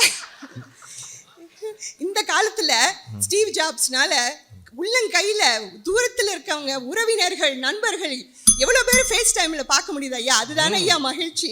யாரோட யாரை ஒப்பிடுறீங்க? ஆமாம் ஐயா. இன்னொன்று சொல்லி விடுறேன் ஐயா. அந்த ஒரு உங்கள் மருமகனோட இன்னொரு டயலாக் சொன்னாங்களா ஐயா, உங்களை விரும்பினவங்களை கட்டிக்கிறத விட உன்னை விரும்பினவனை நீ கட்டிக்கிட்டா சந்தோஷமா இருப்பேன்னு. அதில் கூட ஒரு நுணுப்பம் இருக்கு ஐயா. அதில் ஒருத்தராவது அவங்கள விரும்புகிறவங்களை கட்டிக்கிறாங்க. அதனால தாங்க ஐயா வைஷாலிக்கு பெருமகிழ்ச்சி. ஐயா மொத்தத்தில் வாழ்க்கையில் எதிர்நீச்சல் போட்டு பெருமகிழ்ச்சி அடைய இந்த பக்கம் எங்கள் பக்கம், வாழ்ந்து முடிஞ்ச பிறகு அந்த பக்கம். திருவள்ளுவர் என்னையா சொல்கிறாரு? தெய்வத்தான் ஆகாதெனும் முயற்சி தன் மெய்வருத்த கூலி தரும். காதல், வணிகம், விளையாட்டு, விஞ்ஞானம் எதுவா இருக்கட்டும், முயற்சி செய்து விரும்புவதை அடைவதே பெருமகிழ்ச்சி ஐயா. நடுவர் ஐயா, நீங்கள் எங்களை எதிர்த்து தீர்ப்பு சொல்லலாம், ஆனால் நீங்கள் முயற்சி பற்றி எழுதிய வள்ளுவரை எதிர்த்து தீர்ப்பு சொல்லி நீங்களே தமிழ் கூறும் நல்லுறவில் நல்லுலகத்துல தலைப்புச் செய்தி ஆயிராயிருங்க ஐயா. ஜேசு நீங்க பத்திரிக்கை நடத்துறீங்களா? இப்போ ஜேசு நாட்டாம தீர்ப்பை மாத்துன்னு சொன்னாலும் நீங்க மாத்தாம நல்ல தீர்ப்பு சொல்வீங்கன்னு நம்பிக்கையில் வாய்ப்பு கொடுத்ததற்கு நன்றி சொல்லி நன்றி, வணக்கம். அனுப்பிரியா மேடம் அவர்கள் ரொம்ப நல்லா பேசியிருக்கிறாங்க. ஓயாம என்னை கூப்பிட்டு உரண்டை இழுத்து, நீ தமிழ் வள்ளுவனுக்கு எதிராக தீர்ப்பு சொல்லிடாத, தெய்வத்தால் ஆகாதெனினும் முயற்சி தன் மெய்வருத்த கூலி தரும்னு சொன்னாரே, அதுக்கு எதிராக தீர்ப்பு சொல்லாத, ஜேசு சொன்னாலும் சொல்லிடாத, அடித்து கூட கேட்பாங்க அப்பவும் சொல்லிடாத அப்படின்னு. இந்த ஊரில் தான் இப்படியெல்லாம் மிரட்ட முடியுது. நானே அப்புறாணியாக உட்காந்துருக்கேன், பகல் எது இரவு எதுன்னு தெரியாமல் ஜெட்லாகில் சொக்கிக்கிட்டு இருக்கேன். பக்கத்தில் அவங்க இந்து மேடம் வேறு அப்பப்போ மிரட்டுறாங்க, டீ தரவான்னு. இந்த இதில் இவங்க வேற சொல்லி உங்கள் மருமகன் சொன்னார் அவர்கிட்ட போய் என் மருமகனை அடிச்சு விடுவார். இதில் நீங்கள் தலைப்பு செய்தி ஆயிடுவீங்க, தமிழை கெடுத்துருவீங்க. என்னை மிரட்டிட்டு போயிருக்காங்க. நானே ஏதோ ஒரு நேரம் சான்ஸ் கிடைச்சது. உலகத்திலேயே இந்த மாதிரி நடுவராகிற வாய்ப்பு பெரிது கிடைக்காதுங்க. நான் ரொம்ப ஆசைப்பட்டு வந்த உடனே நீ கோல போட்டிக்கு நடுவர்ன்ட்டாங்க. நானும் 30 வருஷமாக மேடையில் பேசுகிறேன். முதல் முறையாக என்னை கோல போட்டி நடுவராக்குனது சாக்கரமண்டோ தான்.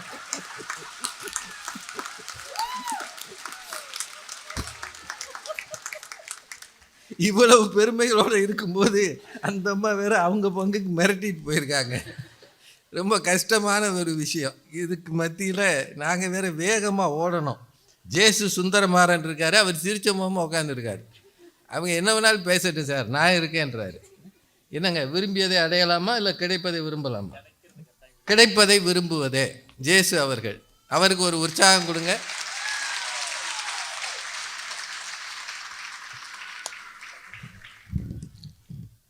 தமிழே தாயே போற்றி. போராடும் வேலை இல்லை, யாரோடும் பேதமில்லை, ஊரோடு சேர்ந்து உண்ணலாம், ஆரோடும் மண்ணில் எங்கும் நீரோடும், ஏரோடும் என்றும் நம்ம தேரோடும். எங்கோ பழனி பட பாட்டா அது? பழைய படம், பழனின்னு நினைக்கிறேன். எங்கோ ஒருவரின் உழவனின் உழைப்பால் நமக்கு உணவு கிடைக்கிறது. அத்தகைய உழவர் திருநாளை தைத்திங்கள் திருநாளை வெகு சிறப்பாக கொண்டாடி கொண்டிருக்கின்ற சேக்கரமண்டோ தமிழ் மன்ற நிர்வாகிகள், குடும்பத்தினர் அனைவருக்கும் என் வணக்கங்களை கூறிக்கொண்டு,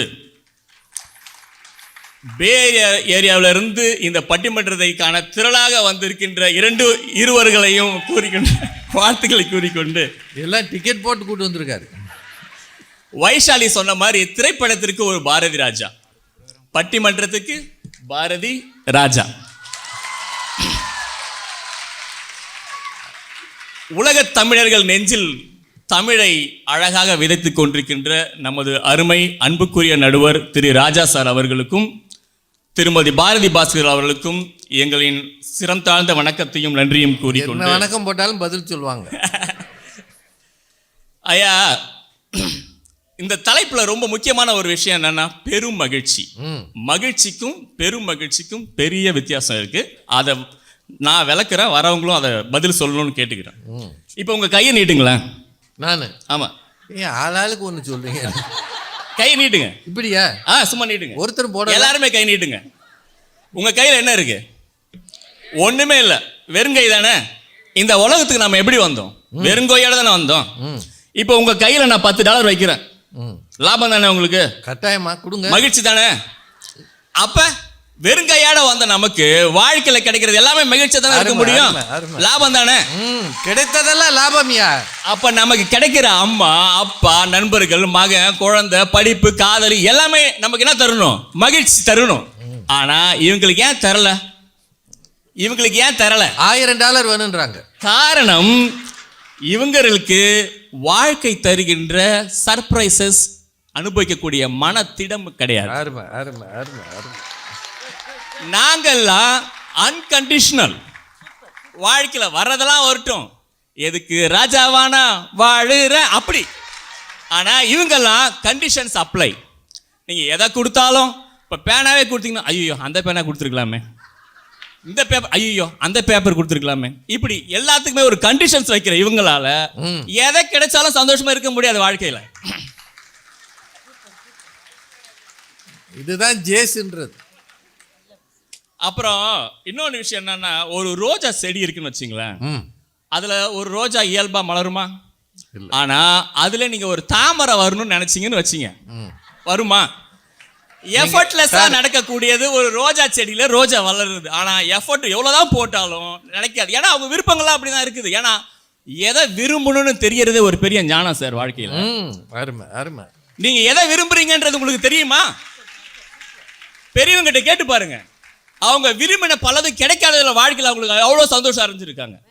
அதனால நீங்க விரும்புறதுன்றது அவ்வளவு ஈஸியான விஷயம் கிடையாது. உங்களுக்கு எதை விரும்பணும் என்பதை அறிவதே பெரிய ஞானம்.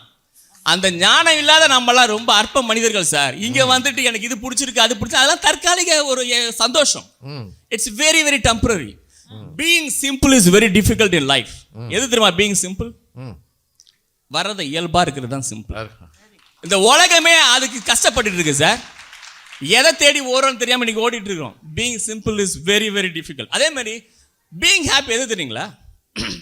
எனக்கு நான் விரும்பதெல்லாம் கிடைச்சதுன்றதுல சந்தோஷம். எதெல்லாம் என் வாழ்க்கையில் இருக்குதோ அது கிடைச்சதுக்கு நான் தேங்க்ஃபுல்லா இருக்கேன் பாருங்க, நன்றியோட இருக்கிறேன் பாருங்க, அதுதான் சந்தோஷம். அதுதான் சார் பெருமகிழ்ச்சி. மகிழ்ச்சியிலே பெருமகிழ்ச்சி அதுதான். இன்னொன்னு, சந்தோஷத்துல பெரிய சந்தோஷம் நமக்கு எல்லாம் என்ன சொல்லி கொடுத்துருக்காங்க? மற்றவங்களை சந்தோஷப்படுத்துறது. அப்ப அதான பெரிய சந்தோஷம். இப்ப நான் விரும்புறேன், ஆனா என்ன சுத்திக்கிறவங்களுக்கு அது சந்தோஷம் தரணுன்றீங்க இல்ல, கிடைக்காது. இப்ப அனுப்பிரியாவே வந்தாங்க, இந்த போடியம் இல்லாம அவங்க பேச மாட்டேன்ட்டாங்க. ராமராஜ் வந்து இந்த போடியத்தை அரேஞ்ச் பண்ணாரு. புரியுதுங்களா? நானும் தான் கை தட்டினேன் அவங்க பேசுறதுக்கு, இல்லைன்னு சொல்லலை. ஆனா நான் என்ன சொல்ல வரேன் அப்படின்னா, இப்ப வந்து வாழ்க்கையில நீங்க விரும்புறது அப்படின்றது எப்போதுமே நாம விரும்புறது நமக்கு மட்டும்தான் சந்தோஷத்தை கொடுக்கும். ஆனா சுத்தி இருக்கிறவங்களுக்கு எல்லாருக்குமே அந்த சந்தோஷத்தை தராதுன்னும் போது அது பெரும் மகிழ்ச்சி ஆகிறதுக்கு வாய்ப்பே இல்லைன்ற. அடுத்து இப்போ நான் அனுப்புறியாக்கு பதில் சொல்லி ஆகணும். ஏன்னா அவங்க நிறைய பேசிட்டாங்க, நீங்களாம் நினைப்பீங்க கையெல்லாம் அப்படி தட்டினீங்க. ஆனால் அவங்க பேசுனதெல்லாம் நீ நல்லா யோசித்து பாருங்களேன். ஆம்ஸ்ட்ராங் சொன்னார், திருவள்ளுவர் சொன்னார். அம்மா நீங்கள் என்னம்மா சொன்னீங்க? உங்கள் வாழ்க்கையில் நீங்கள் விரும்பினதை அடைஞ்சு சந்தோஷப்பட்டீங்களா? அதுக்கு பதில் சொல்லுங்கன்னா அதை சொல்லவே முடியல அவங்க. இது வரைக்கும் திருவள்ளுவரே சொல்லிட்டாரு. அதான். அப்புறம் மிக்சரு பழைய சோறுன்னு 2 விஷயத்த சொன்னாங்க. அவங்களுக்கு தெரிய மாட்டேது. மிக்சர் நாட்டையும் ஆளும் வீட்டையும் ஆளும். சாப்பிட்டு பாருங்க தெரியும். நல்லா மிக்சரை உட்காந்து அதுல இருக்கிற முந்திரி பருப்பு ஒன்று ஒன்றா எடுத்து சாப்பிட்டுக்கிட்டே டிவியை பார்த்துட்டு இருந்தீங்கன்னா உங்களுக்கு அந்த சந்தோஷம் தெரியும். நீங்க வீட்டையும் அரசியல் இவ்வளவு தூரம் வந்திருக்கீங்க நாட்டு. அப்புறம் பழைய சோறு சொன்னாங்கல்ல, பழைய சோறு. இன்னைக்கு அதே பழைய சோறு பாட்டில்ல போட்டு விற்கிறாங்க சார். அப்ப நீங்க எதை விரும்புனீங்க? 5 ஸ்டார் ஹோட்டல்ல விற்கிறான். எதை அடைஞ்சிங்க? அதனால நீங்க சொல்றது எதுவுமே வெறும் பேச்சுக்கு உதவாது. நீங்க வாழ்க்கையில இருந்து பேசல, பட்டிமன்றத்துக்காக பேசுறீங்க. நாங்க வாழ்க்கையில இருந்து பேசுறோம். அதனால எப்போதுமே கிடைக்கிறது. நீங்க இன்னொன்னு உங்களுக்கு சொல்லிக்கிறேன் சார், நீங்க கிடைக்கிறதெல்லாம் விரும்பி பாருங்களேன். நீங்க விரும்புறதெல்லாம் உங்களுக்கு கிடைக்கும். இதுக்கு நான் உதாரணம், நான் ஒன்றும் இதோ இதுல இருந்து சொல்லலை. நீங்க கிடைச்சதெல்லாம் விரும்பி பாருங்க. ஏன்னா இந்த பிரபஞ்சத்துக்கு தெரியும் சார் உங்களுக்கு என்ன வேணும்னு. இயற்கையை விட பெரிய ஆளா நம்மலாம். உங்களுக்கு கடவுள் நம்பிக்கை இருந்திருந்தா நீங்க உண்மையிலே கிடைச்சதை விரும்பி இருப்பீங்க. உங்களுக்கு கடவுள் மேலேயும் நம்பிக்கை இல்லை, உங்க மேலேயும் நம்பிக்கை இல்லை. அதனாலதான் நீங்க என்ன நினைக்கிறீங்க, நான் நினைச்சது தான் எனக்கு இதுதான் வேணும்னு விரும்புறீங்க. நீங்க உண்மையிலே சொல்றீங்க, நான் என் வாழ்க்கையில டைரக்டர் ஆகணும்னு ஆசைப்பட்டேன், ஆனா முடியல. எங்க அண்ணா வந்து சொன்னார், தம்பி இந்த பேஷன்லாம் உனக்கு இருக்கிறதுனால நியாயம் தான், ஆனா இப்போ நீ ப்ரொஃபஷனை நோக்கி தான் போக வேண்டிய வயசு உனக்கு. நீ படி, நீ உண்மையிலே படிச்சு பெரியாளானா உனக்கு அந்த ப்ரொஃபஷன் இருந்தா அந்த பேஷன் கட்டாயம் உங்க பின்னாடி வரும்னாரு. இன்னைக்கு நான் எனக்கு தேவையான விஷயங்களை செஞ்சுட்டு இருக்கேன். எனக்கு இன்னைக்கு நான் டைரக்ட் பண்றேன், எனக்கு படங்களை எடுத்துருக்கிறேன். அப்ப நான் எதை விரும்பினன்றது வேற, ஆனா எனக்கு கிடைச்சதை நான் அக்செப்ட் பண்ண பாருங்க. அக்செப்டன்ஸ். நீங்க குழந்தைய அக்செப்ட் பண்ற மாதிரி, நம்ம அப்பா அம்மாவை அக்செப்ட் பண்ற மாதிரி, நீங்க விரும்புற கடவுளை அக்செப்ட் பண்ற மாதிரி, மனைவி அக்செப்ட் பண்ற மாதிரி, அது கொஞ்சம் கஷ்டம் சார். இவ்வளவு சொல்லிட்டு அதை மட்டும் வேணாம்னா என்னையா இருக்கும்? ஏன்னா இந்த விரும்புறது அடையிறதுல இந்த கல்யாணத்தை மட்டும் ஒதுக்கி வச்சலாம் நினைக்கிறேன். ஏன்னா அது எக்ஸெப்ஷன் நான் நினைக்கிறேன். உங்க அன்னைக்கே துரோகம் பண்றீங்க.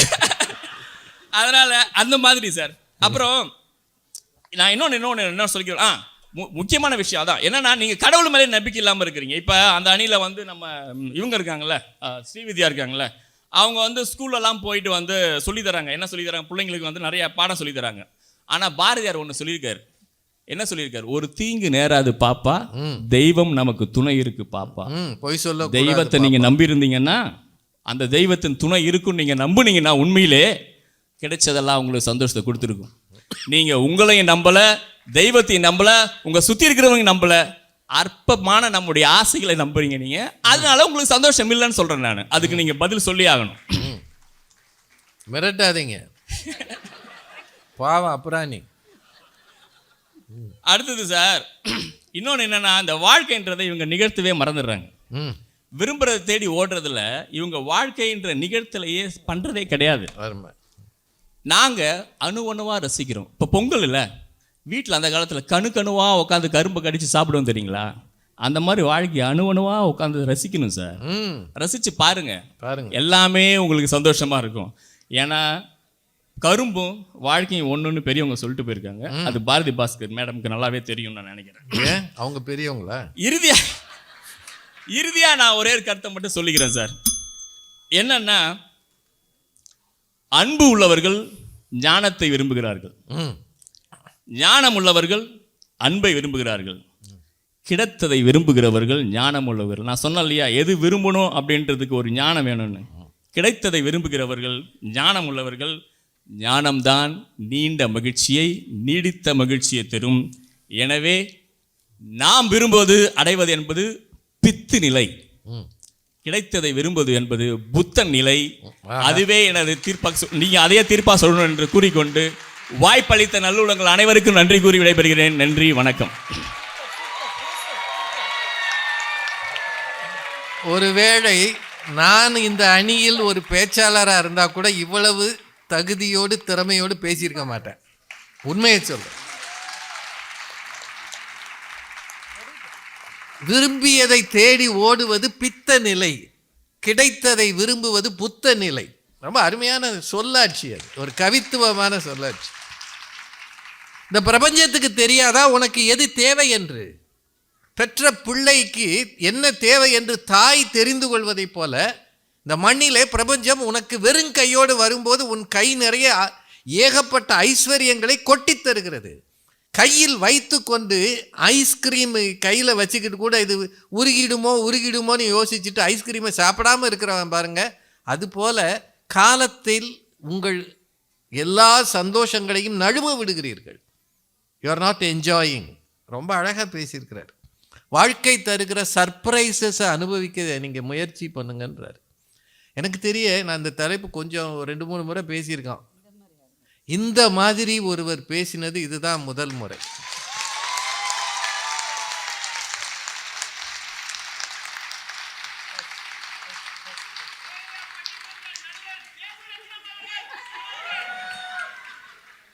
அவர் தான் உங்க ரசிகர் மன்ற தலைவரா?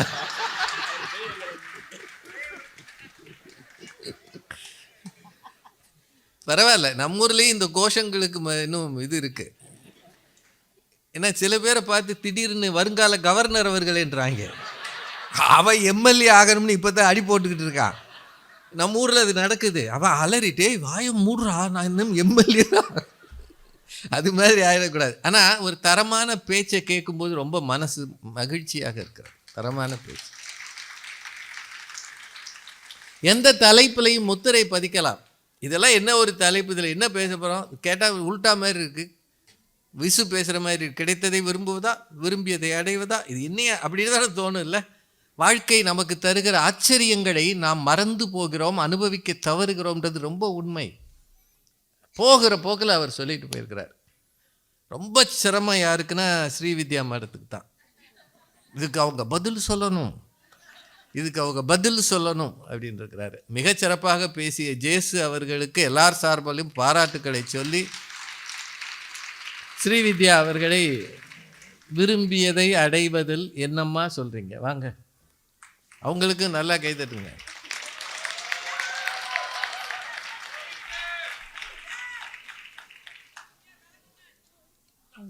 நன்றி. பொங்கல் திருவிழாவில் பட்டிமன்ற மேடையை அலங்கரித்து கொண்டிருக்கும் நடுவர் ராஜா அவர்களுக்கும், சிந்தனையை தூண்டும் பேச்சாளர் பாரதி மேடத்துக்கும், அவையின் அறிஞர்களுக்கும் பெருமகிழ்ச்சியுடன் இங்கு வந்திருக்கும் அனைத்து தமிழ் உள்ளங்களுக்கும் என் அன்பு கலந்த பணிவான வணக்கங்கள். பட்டிமன்றத்துக்கு திரளாக வந்திருக்கும் சாக்ரமெண்டோ தமிழ் மக்களை பார்க்குறதுக்கு ரொம்ப சந்தோஷமாக இருக்குது. இன்றைக்கி இந்த நிகழ்ச்சியில் பங்கெடுத்துக்கிறதுக்காக நாங்கள் எல்லாம் விரும்பி வந்திருக்கோம். இந்த நிகழ்ச்சியை பார்த்து ரசிக்கிறதுக்காக நீங்கள் இன்னைக்கு விரும்பி வந்தீங்களா இல்லை இது தானாக கிடைத்த வாய்ப்பா? சும்மா வந்தாங்க அப்படியே போகிற போக்கில். இதுக்கு ஏன் இந்த கேள்வி எதுக்கு நான் கேட்குறேன்னா, நடுவர் அவர்களே, உங்களோட பெயரும் பாரதி மேடம் பெயரும் போட்டு சாக்ரமெண்டோ தமிழ் மன்றம் இந்த நிகழ்ச்சிக்கான ஃப்ளையரை வெளியிட்ட ஒரே வாரத்தில் இந்த நிகழ்ச்சி ஒரு சோல்ட் அவுட் ஈவெண்ட். சொல்லவே இல்லை. இங்கே வந்தவங்க எல்லாருமே உங்கள் நிகழ்ச்சியை பார்க்கணுன்னு அதை ரசிக்கணும்னு விரும்பி அதுக்கு முயற்சி பண்ணி ரெஜிஸ்ட்ரேஷன் செஞ்சு டிக்கெட் கிடைச்ச பெருமகிழ்ச்சியோடு வந்திருக்காங்க. தானா சேர்ந்த கூட்டம் இல்லை. சரி, ஏதோ விரும்பி வைஷாலி சொன்னா விரும்பி வந்திருக்காங்க. அதுல இருக்கிற பெருமகிழ்ச்சி தான் அந்த கரகோஷம். இது இந்த எதிரணியருக்கு புரியல.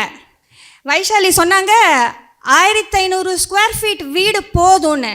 அப்ப இதுக்கு 3000 ஸ்கொயர் ஃபீட் வீடை நீங்க விரும்பி போய் பார்க்குறீங்க. ஜேசு பல கேள்விகளை இங்கே வச்சுட்டு போயிருக்காரு. கற்பனையில் கதையும் சொல்லுவார், சினிமாவையும் இங்கே ஓட்டுவார். அவர் டைரக்டர்மா என்ன வேணாலும் செய்வார். கரெக்ட். படம் எடுத்துட்டு ரிலீஸ் பண்ணாமல் கூட இருப்பார். அது வேற. ஆரம்பத்தில் சொன்னார் வெறும் கையோட தான் வந்தோன்னு. வெறும் கையோட வந்தாலும் நம்ம விரும்புகிற மாதிரி தானே கையையும் பையையும் ரொப்பறோம். இங்கே வெறுங்கையோட வந்தவங்களுக்கு எல்லாமே லாபம் தானா? எப்படி லாபமாக இருக்க முடியும்? துரதிருஷ்டவசமாக சில பேர் வாழ்க்கையில் நடக்கும் சம்பவங்களில் எவ்வளவு இழக்கிறோம். அதெல்லாம் எப்படி லாபமாக இருக்க முடியும்? அதையெல்லாம் ஏற்றுக்கிட்டு வாழ பழகிக்கிறோம். அவ்வளவுதான். கிடைச்சது போதும்னு நினைக்கிறவங்க வாழ்க்கையை ஏற்றுக்கிட்டு வாழ பழகிக்கிறாங்க. விரும்புவதை அடையிறவங்க தான் பெருமகிழ்ச்சியோட வாழ்க்கையை வாழறாங்க. ரெண்டுத்துக்கும் பெரிய வித்தியாசம் இருக்குது. இதில் மகிழ்ச்சிக்கும் பெருமகிழ்ச்சிக்கும் ஒரு வித்தியாசம் சொல்கிறேன்னு அதை சொல்லாமே போயிட்டாரு. நான் சிம்பிளாக உங்களுக்கு சொல்கிறேன். ஒரு பச்சிளம் குழந்தை பிறந்தவுடன் படுத்தே தான் இருக்கும். 3 மாசத்துல அது குப்பரத்திக்கணும்னு ஒரு இலக்கை நோக்கி பயணிக்குதே. அதுக்கு யார் அதை சொல்லி கொடுக்குறா? அந்த இலக்கை நிர்ணயித்தது யாரு? பேசிக் இன்ஸ்டிங்க்ட்.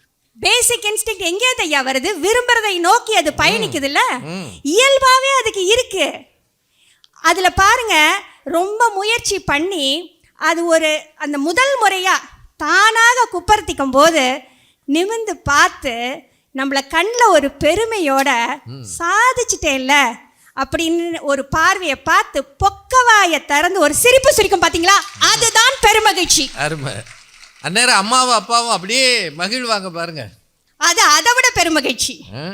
இதெல்லாம் அவர் பார்க்கவே இல்லை. அதெல்லாம் அவருக்கு தெரியவும் தெரியாது. அத்தோட முடிஞ்சதா? அடுத்து தவழணும், உக்காரணும், நிற்கணும், நடக்கணும், ஓடணும்னு ஒவ்வொரு இலக்கையும் நோக்கி அது எதை பயணிக்க வைக்குது? எதனால? அதுக்குள்ளே ஏதோ ஒன்று ஊந்தி தள்ளுது. விரும்புவதை அடைவதற்காக அதை நோக்கி பயணிக்க வைக்குது.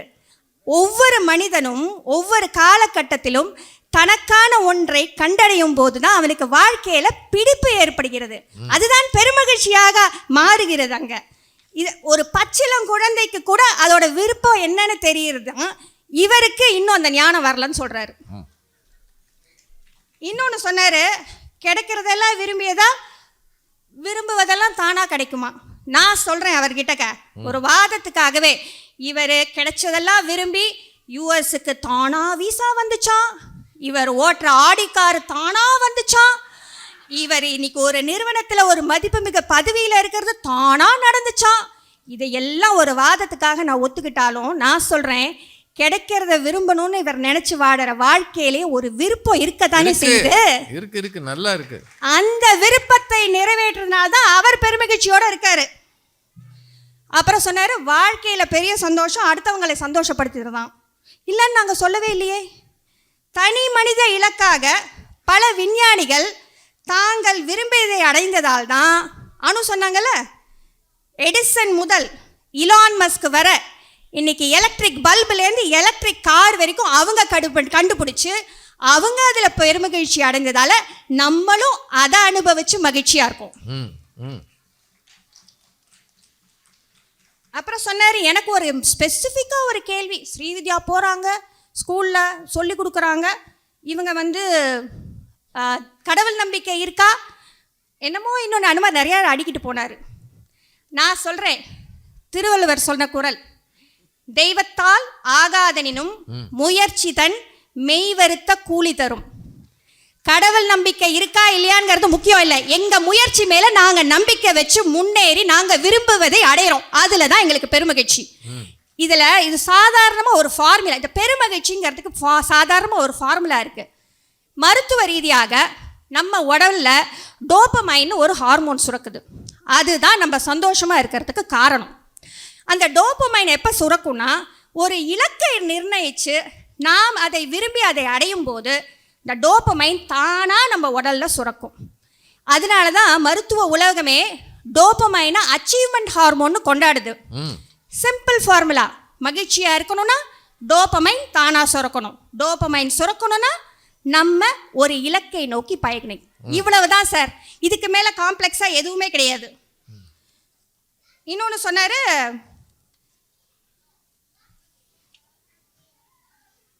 அவர் சொல்றதை விடுங்க, நான் சொல்றேன். ஒரு இலக்கை நோக்கி பயணிக்கிறது இதுதான் முக்கியம். ஒரு அற்புதமான ஆனந்தமான அனுபவம். ஒரு விஷயத்தை அடையணும்னு விரும்பினா மட்டும் போதாது, அதுக்கு ஒரு பிளான் பண்ணணும், திட்டம் தீட்டணும், முயற்சி செய்யணும், தடைகளை எல்லாம் என்ன சிக்கல்கள் வந்தாலும் அதை முறியடித்து முன்னேறணும். இதெல்லாம் ஒரு ப்ராசஸ் தானே. இந்த ப்ராசஸில் நம்மை நாமே புடம் போட்டுக்கொண்டு ஒரு சிற்பத்தை செதுக்குவது மாதிரி நம்ம செதுக்கிக்கிறோமே, அந்த வாழ்க்கை அனுபவம் உங்களுக்கு வேற எங்கே கிடைக்க போகுது? சும்மாவே இந்த மாதிரி கிடைச்சதெல்லாம் விரும்புவோம் அப்படிங்கிறத வாழ்க்கை அனுபவம் வராது. அந்த வாழ்க்கை அனுபவத்தை கற்றுக்கிட்ட வெற்றி தான் அங்கே பெருமகிழ்ச்சி. நம்மளோட கடினமான உழைப்பிற்கான அங்கீகாரம் தான் அங்கே பெருமகிழ்ச்சி. எத்தனையோ முட்டுக்கட்டைகளை முறியடித்து முயன்றும் நம்மாலும் சாதிக்க முடியும்னு ஒரு தன்னம்பிக்கை வருதுல்ல, அதுதான் பெருமகிழ்ச்சி. தளர்ந்து போன நேரத்துல எல்லாம் நம்மை நாமே ஊக்கப்படுத்தி முன்னே செல்கிறோம்ல, அதில் கிடைக்கிற மனநிறைவு தான் பெருமகிழ்ச்சி. இன்னொன்று சொல்கிறேன், எப்போவுமே நம்ம விரும்புகிறத அடையிறதுங்கிறது ஒரு பொண்ணாவோ ஒரு பொருளாவோ ஒரு பதவியாக இருக்கணும்னு அவசியம் இல்லை. ஒரு கெட்ட பழக்கத்தை விடுறது கூட விரும்பி அடையிறது தான் நல்லது. எத்தனை குடும்பங்களில் ஒரு அப்பாவோ அம்மாவோ குழந்தைங்களோ ஒரு கெட்ட பழக்கத்துக்கு அடிமையாகி அந்த குடும்பமே எவ்வளோ கஷ்டப்படுது. அதை அவங்க விடணும்னு நினைக்கிறாங்கல்ல, அந்த கெட்ட பழக்கத்தை விடணுங்கிறது ரொம்ப ஈஸியாக சொல்லலாம். ஆனால் அதுக்காக அவங்க எவ்வளோ முயற்சி பண்ணி அதை விடும்போது அவங்க மாத்திரம் இல்லை, அந்த குடும்பமே சந்தோஷப்படுது. இப்போ சொல்லுங்கள், யார் சொன்னால் விரும்பியதை அடைறதுனால அடுத்தவங்களுக்கு சந்தோஷம் இல்லைன்னு? என்னோட அனுபவத்தில் நான் பெரும் மகிழ்ச்சி அடைந்ததை பற்றி சொல்லி நிறைவு செய்கிறேன். உலக பட்டிமன்ற மேடையில் கோலோச்சும் ராஜா சார் முன்னாடியும், பட்டிமன்ற மேடைகளில் தன் நிகரற்ற பேச்சினால் மக்களை கவர்ந்து அன்றும் இன்றும் என்றும் முடிசூடா ராணியான பாரதி மேடத்துக்கு முன்னாடியும் ஒரு சராசரி பேச்சாளரான நான் இன்னைக்கு இங்கே பேசுறது என்னோட நீண்ட நாள் கனவு, விருப்பம். அந்த விருப்பத்தை நான் இன்று அடைந்ததில் பெருமகிழ்ச்சி கொள்கிறேன்.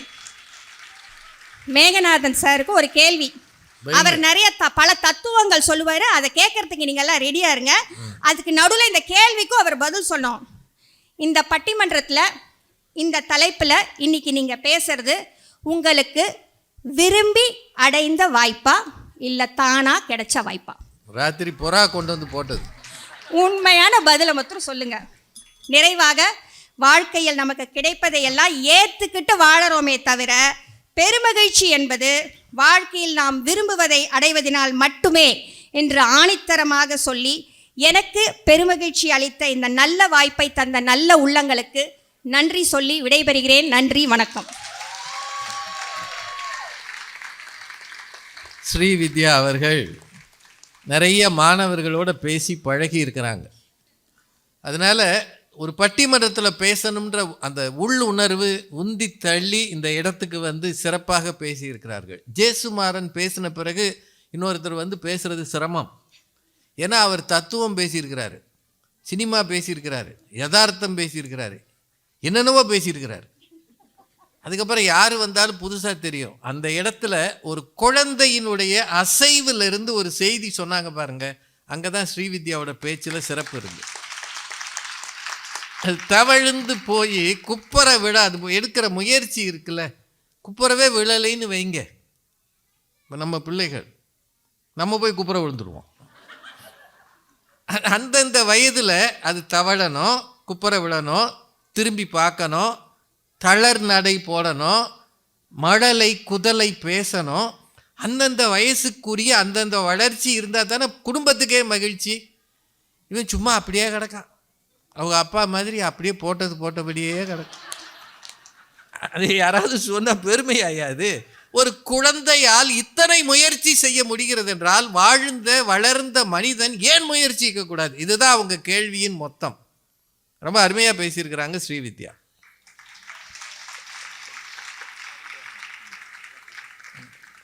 பாவம் தத்துவ வித்தக தண்டி அலங்கார மேகநாத சுவாமிகளுக்கு தான் பிரச்சனை. ஏன்னா அவங்க தான் சொன்னாங்க அவர் தத்துவமாக பேசுவார். வாங்க மேகநாதன் வளவன் அவர்கள், உங்கள் அணியில் என்ன தனி பாட்டிலோட போகிறீங்களா? சரி, அவங்களுக்கு இடையில அவருக்கு டீ வேணாலும் கொடுங்க. கிடைத்ததை விரும்புவதே.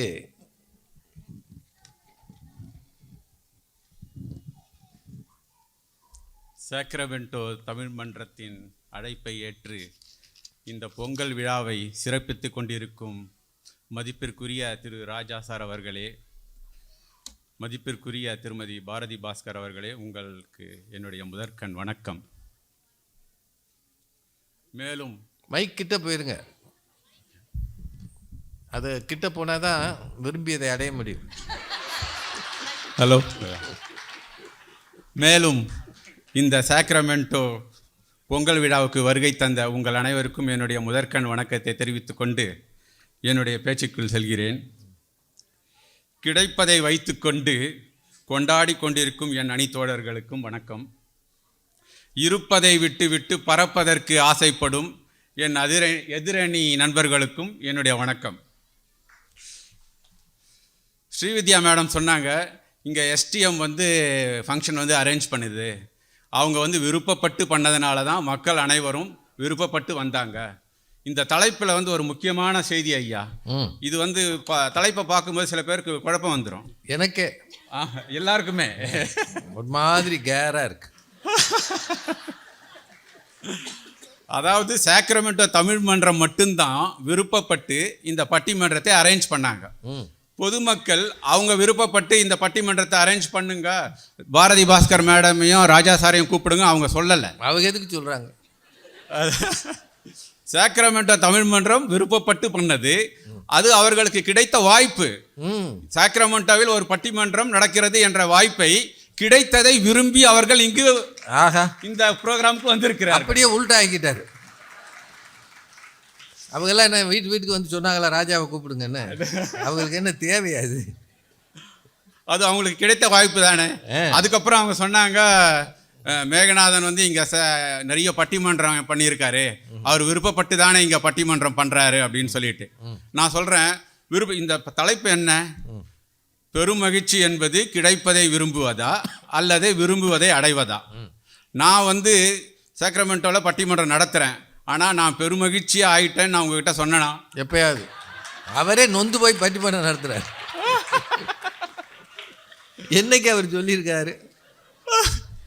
இல்லை ஐயா, நான் உண்மையாக சொல்கிறேன். நான் எனக்கு ஒரு பட்டிமன்றம் பேச்சுக்கு ஒரு உந்துகோல் நீங்களும் பாரதி பாஸ்கர் மேடம் தான். நானும் உங்ககிட்ட சொன்னாலும் தப்பு இல்லை. நான் உங்களை மாதிரி ஒரு நல்ல ஒரு பேச்சாளராக வரணும்னு சொல்லி தான் நான் இந்த பட்டிமன்றத்தில் பண்ணின்னு இருக்கேன். நானும் உங்களை மாதிரி வரணும்னு தான் முயற்சி பண்ணிட்டு இருக்கேன். ஆனால் நான் அந்த நிலைக்கு வந்திருக்கேனா? அதையே நீங்கள் இப்போ நான் இப்போ சொல்கிறேன், ஸ்ரீவித்யா மேடம் உங்களுக்கு ஒன்று தெரியுமா? உங்கள் பக்கத்தில் உட்காந்துன்னு இருக்க பாரதி பாஸ்கர் மேடமும் சரி, ராஜா சாரும் அவங்க விருப்பப்பட்டு இந்த பட்டிமன்ற பேச்சாளர் ஆனாங்களா இல்லை? அவங்களையே கேளுங்க. கேளுங்க ஐயா. நான் உங்கள் 2 பேரோட நேர்காணலை நான் பார்த்துருக்கேன். அதெல்லாம் எதுக்கே இப்போ சொல்லுங்க. நேர்காணல நேர சொல்லணும். நான் பார்த்துருக்கேன். அதில் ராஜா சார் சொல்லியிருக்காரு, நான் ஆரம்பத்தில் சாலமன் பாப்பையா அவர்களுக்கு பணிவிடை செய்யத்தான் போனேன். அவருக்கு நான் ஒரு நாள் ஒரு பேச்சாளர், நல்ல பேச்சாளர் வராமல் போயிட்டாரு. அதனால் பேச்சாளர் ஒருத்தர் குறையுது, நீ என் கூட இருக்கியப்பா உன்னால் பேச முடியுமான்னு கேட்டார். நான் ரொம்ப பயந்து போயிட்டேன். நான் ஒரு பேச்சாளராக ஆகணுன்ற கனவு எனக்கு சுத்தமாக கிடையாது. நான் வந்து அவருக்கு பணிவிடை செய்ய போய் அவர் என்னை ஒரு நாள் கூப்பிட்டு பேச சொன்னார். நான் பேசுறதுக்கப்புறம் அங்கே இருக்கிறவங்கலாம் 4 பேர் ஒருத்தங்க கை தட்டினாங்க. அந்த கைத்தட்டல் தான் எனக்கு கிடைத்த வாய்ப்பு. நான் அதை பயன்படுத்தி கொண்டேன்னு ஒரு நேர்காணலில் சொல்லியிருக்காரு. இதுக்கும் பட்டிமன்றத்துக்கு சம்மந்தம் இல்லை. பாரதி பாஸ்கர் மேடமோட நேர்காணலும் நான் பார்த்துருக்கேன். அவங்களோட விருப்பமும் ஒரு நல்ல பிள்ளைகளை வளர்த்து ஒரு நல்ல அலுவலகத்தில் சேர்ந்து ஒரு நல்ல உயர் பதவி அடைப்பது தான் என்னுடைய குறிக்கோள் என்று அவங்களே அவங்களோட வாயில சொல்லியிருக்காங்க. ஏமா அங்கே ஒன்று சொல்லி இங்கே ஒன்று சொல்றீங்க? அவங்களுமே என்ன சொன்னாங்கன்னா, ஒரு பேச்சாளர் வராத போது நானும் ராஜா சாரும் ஒரு ப்ரோக்ராமில் கூப்பிட்டாங்க. அது ரொம்ப ஹிட் ஆயிடுச்சு. எல்லாருமே இவங்க 2 பேரையும் ஒன்றா சேர்ந்து ஒரு பட்டிமன்றத்தை நடத்துங்கன்னு சொன்னாங்க. அப்போ அந்த மொமெண்ட்டில் தான் நானும் ஒரு பேச்சாளராக ஆகணும்னு முடிவு பண்ணேன் என்று சொன்னார்கள். கிடைத்ததை வைத்து இன்று வானளவு உலகத்தமிழ் மக்களுக்கு மோட்டிவேஷனல் ஸ்பீக்கர் ஊக்க மருந்து கொடுக்கும் திருமதி பாரதி பாஸ்கர்களுக்கு கொடுக்குறாங்கன்னு சொல்லாம இருந்தீங்க. ஊக்க மருந்து. அப்புறம் ஒன்று சொன்னாங்க, ஐயா குழந்தைங்க வந்து தவழ்ந்து போகும், அது வந்து அவங்க குப்பரை விழும், அதுக்கு விழுந்துருச்சு. அப்பதையே தண்ணியை குடிச்சுக்கங்க. குப்புற விழும், தவழ்ந்து போகும். குழந்தை வந்து எப்படி முயற்சி செஞ்சு பண்றது நம்மளுக்கு சந்தோஷம் இல்லையா? நாங்கள் என்னவோ இந்த தலைப்பை வந்து முயற்சி வந்து நாங்கள் பண்ணக்கூடாதுன்னு சொன்ன மாதிரி அவங்களே அசியூம் பண்ணிட்டாங்க. தப்பு. அது அசியூம் பண்ணிட்டு சொல்கிறாங்க குழந்தை வந்து எந்த அளவுக்கு ஏறு நடக்குது, அது அதோட ஒரு முயற்சியும் ரொம்ப நமக்கு வந்து ரொம்ப சந்தோஷமாக இருக்குது இல்லையான்னு நான் கேட்குறேன். அவங்க சொல்கிறது எப்படி இருக்குன்னா, ஒரு செடி தண்ணி ஊற்றுறீங்க ஐயா, அது தானாக வளர்ந்துன்னு வருது. அது செடியோட இயல்பு. செடி வந்து இது குழந்தையும் வந்து குழந்தை வந்து தானாக இயல்பாக வளருது. அதற்கும் நீங்கள் வந்து குழந்தை வந்து முயற்சி செஞ்சு அதாவது விருப்பப்பட்டு பண்றதுன்னு எப்படி சொல்றீங்க? அது ஒரு இயல்பு. அதுல இயல்புமா, அந்தந்த வயசுல வர்றது. அது ஒரு நேச்சுரல். இத பெரிய விஷயமா கொண்டாந்து நீங்க சொல்லி, இயல்பு வேற விருப்பம் வேற. மத்தியான நேரத்துல எங்களை பாடாப்படுத்துறீங்க. ஆமா, தலைப்பை நல்லா பார்த்துட்டு வந்து பட்டிமன்றம் பேசுங்க. அடுத்த பட்டிமன்றம் இதுதான் முடிஞ்சு போச்சு. அப்புறம் சொன்னாங்க முயற்சி இல்லை தெய்வத்தான் ஆகாதனினும் முயற்சி கூலி தரும்னு. நான் சொல்றேன், உங்களுக்கு தான் எவ்வளோ கூலி கொடுத்தாலும் பத்த மாட்டேந்தேம்மா. நீங்கள் மேலே நீங்கள் கேட்டுன்னு தானே இருக்கீங்க. ஐயா, நீங்கள் கடையில் போயிட்டு ஒரு பொருளை வாங்கும்போது நமக்கு எல்லா டேக்ஸும் போடுவாங்க. சேல் டேக்ஸ் போடுவாங்க, கவர்மெண்ட் டேக்ஸ், எல்லா டேக்ஸும் போடுவாங்க. ஜிஎஸ்டி எல்லாமே போடுவாங்க. அது மாதிரி தான் நம்ம வாழ்க்கை. நம்ம எதையும் விருப்பப்பட்டு அடையும் போது நமக்கு அந்த சந்தோஷம் மட்டும் வரதில்லை. நீங்கள் அந்த விருப்பப்பட்டும் போது உங்களுக்கு மூணு வழியில் உங்களுக்கு ப்ராப்ளம் இருக்குது. ஒன்று, நீங்கள் ஆசைப்பட்டது நடக்கலைன்னா அதுக்கு நீங்கள் வருத்தப்படுவீங்க. சரி. அடுத்து அந்த ப்ராசஸ், உங்களோட நீங்கள் ஒரு காலேஜ் உங்கள் பிள்ளைகளை படிக்க வைக்கணும், இல்லை ஒரு உயர் பதவிக்கு போகணும். நீங்கள் ஒரு 4 வருடம் அதற்காக உழைக்கிறீங்க இல்லையா? அந்த 4 வருடமும் உங்களுடைய தூக்கத்தையும் உங்களுடைய ஸ்ட்ரெஸ்ஸு தான் இருக்கும்.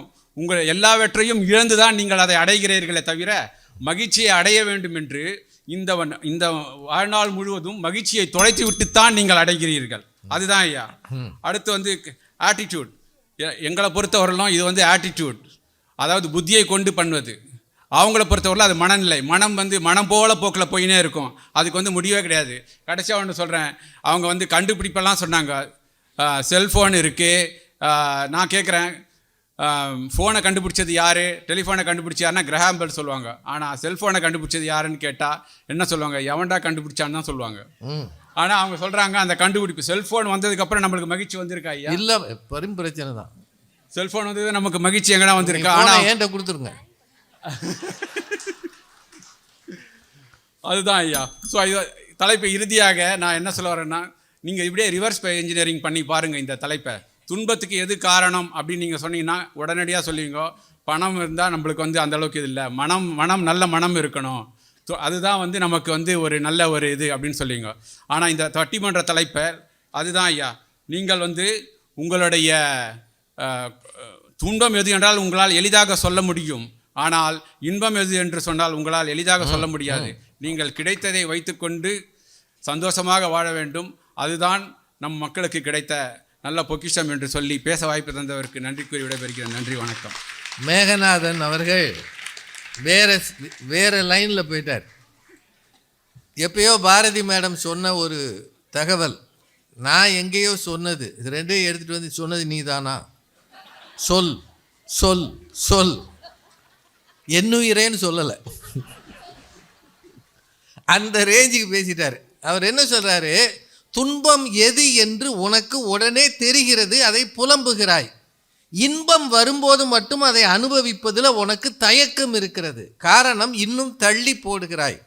அதை தவிர்த்து விட்டு கிடைத்ததை விரும்பு அப்படின்னு பேசியிருக்கிறார். ஸ்ட்ரெஸ் வந்துடுது, ஒரு இலக்கு வைத்து ஓடும்போது ஸ்ட்ரெஸ் வருகிறது, அதுதான் நமக்கு பிரச்சனை. இருக்கிறத வச்சு நிம்மதியாக இருந்தால் இந்த ஸ்ட்ரெஸ் இல்லாமல் சந்தோஷமாக இருக்கலான்றார். மன உளவியல் ரீதியாக அவர் பேசியிருக்கிறார்.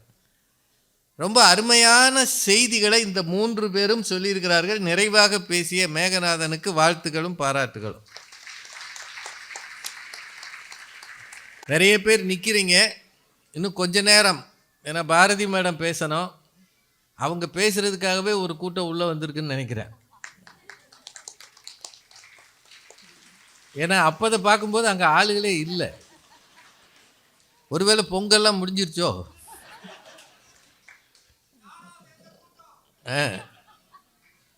அது சூர்யா படம்னு நினைக்கிறேன். வழக்கமாக மேடைகளிலே தனக்கென்று தனி முத்திரை பதிக்கிற திருமதி பாரதி பாஸ்கர் அவர்கள் இந்த நிகழ்வில் எங்களோடு கலந்து கொள்ள வந்தது அவர்களது பேரன்பு, பெருந்தன்மை. எந்த மேடையை எடுத்துக்கொண்டாலும் தமிழகத்தில் தனித்துவமான ஒரு பேச்சாளர், அது இலக்கியமாக இருக்கலாம், ஆன்மீகமாக இருக்கலாம், அல்லது விஞ்ஞானமாக அறிவியலாக இருக்கலாம், தன்னம்பிக்கை பேச்சாக இருக்கலாம், மக்கள் கூடி ரசிக்கிற காத்திருக்கிற ஒரு பேச்சாளர் இவங்க. காத்திருந்து ரசிக்க விரும்புகிற பேச்சாளர். சக்கரமட்டோவில் வந்து இந்த அணியில் கலந்து பேச ஒத்துக்கொண்ட அவர்களுக்கு நன்றி சொல்லி நிறைவாக திருமதி பாரதி பாஸ்கர் அவர்.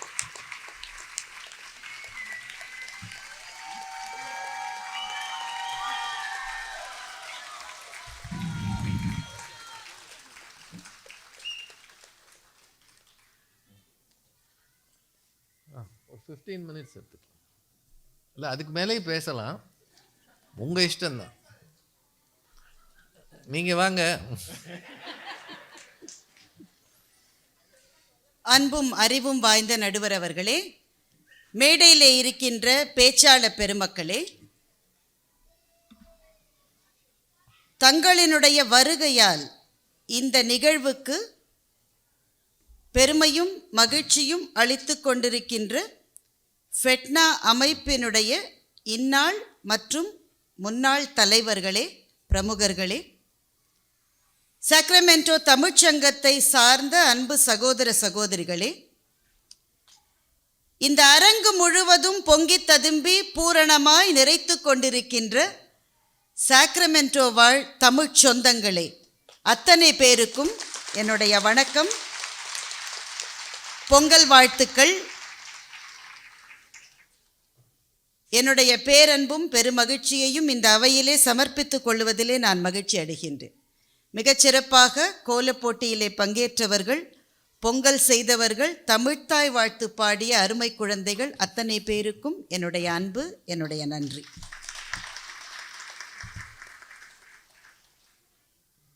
நீண்ட பேச்சுக்கான மேடையாக இது இருக்கப் போவதில்லை. ஏனென்றால் பட்டிமன்றத்தில் 6 பேச்சாளர்களில் நானும் இங்கே ஒருத்தி. அல்ல, விரைவாக என்னுடைய எதிரணியில் இருக்கின்ற அந்த 3 நண்பர்களுக்கும் பதிலை சொல்லிவிட்டு இந்த தலைப்பில் நான் என்ன நினைக்கிறேன் என்பதை சொல்லுகிறேன். தீர்ப்பை நடுவரிடம் விட்டு விடுகின்றேன். எப்போவுமே ராஜா சாருக்கு அடுத்து பேசி பழகிட்டேன்னா, அதனால் நீங்களே தீர்ப்பு சொல்லிடுங்க. இல்லை இல்லை வேண்டாம், தீர்ப்பு சொல்ல தான் நீங்கள் வந்திருக்கீங்களே, அப்புறம் என்ன. அதனால் அவ்வளவு கடுமையாக மறுப்பதற்கு மனம் வரவில்லை. மேகநாதன் வந்து தம்பி ஆயிட்டார். ரொம்ப அன்பாக பல நாள் எங்களை கூப்பிட்டு, அவர் தான் உபசரணையினுடைய தலைமை பொறுப்பில் இருக்கிற போது அவர் பேசுகிறத ரொம்ப மறுக்க முடியாது. ஆனால் ஒன்று செய்யலாம், ஒன்றும் பதில் சொல்கிற அளவுக்கு எதுவும் பேசலைன்னு சொல்லலாம். இதுக்கு நீங்க மறுக்காமலே இருந்திருக்கலாம்.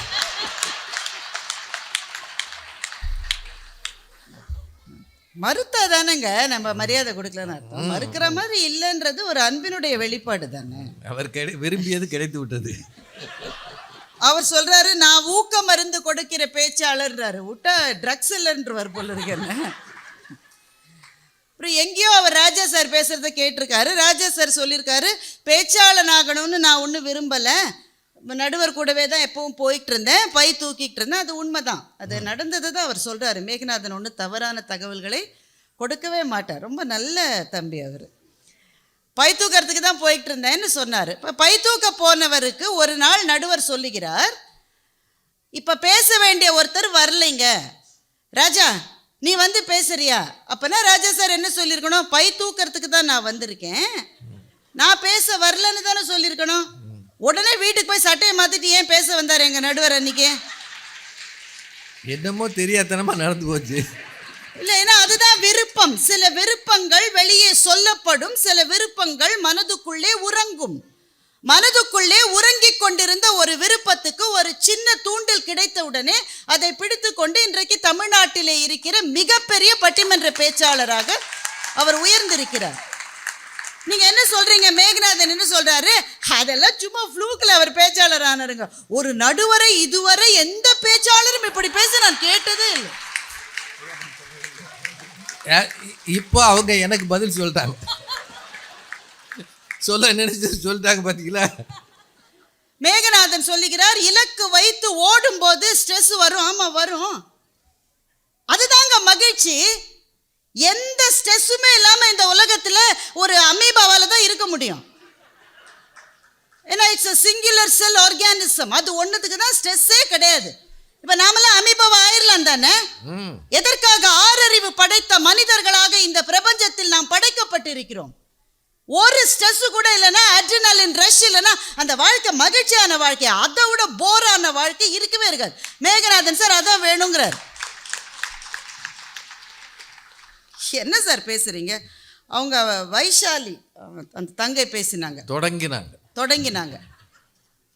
ஏன்னா நேரில்னா வேக வேகமாக போக வேண்டும். அடிங்க.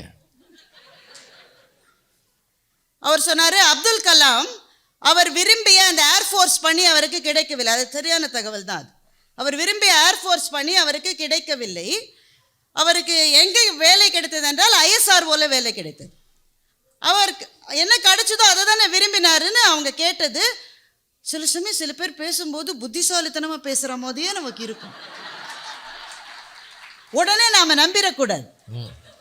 நான் அவங்கள பார்த்து கேட்குறேன், அவங்க இனிமேல் பதில் சொல்ல முடியாது, இருந்தாலும் நான் கேட்குறேன். அப்துல் கலாம் கிடைத்ததை விரும்பினார் தானே? ISRO வேலையை விரும்பிட்டார். அப்புறமா ஜனாதிபதி பதவி கிடைத்தது, அதையும் ஏற்றுக்கொண்டார். ஜனாதிபதி பதவியிலிருந்து ஓய்வு பெற்ற உடனே ஏமா எல்லாத்தையும் விட்டுட்டு அண்ணா யூனிவர்சிட்டிக்கு டீச் பண்ண போனாரு? ஏனென்றால் அதுதான் அவருடைய விருப்பம். ஆசிரியராக இருப்பது ஒன்றுதான் அவருடைய விருப்பம்.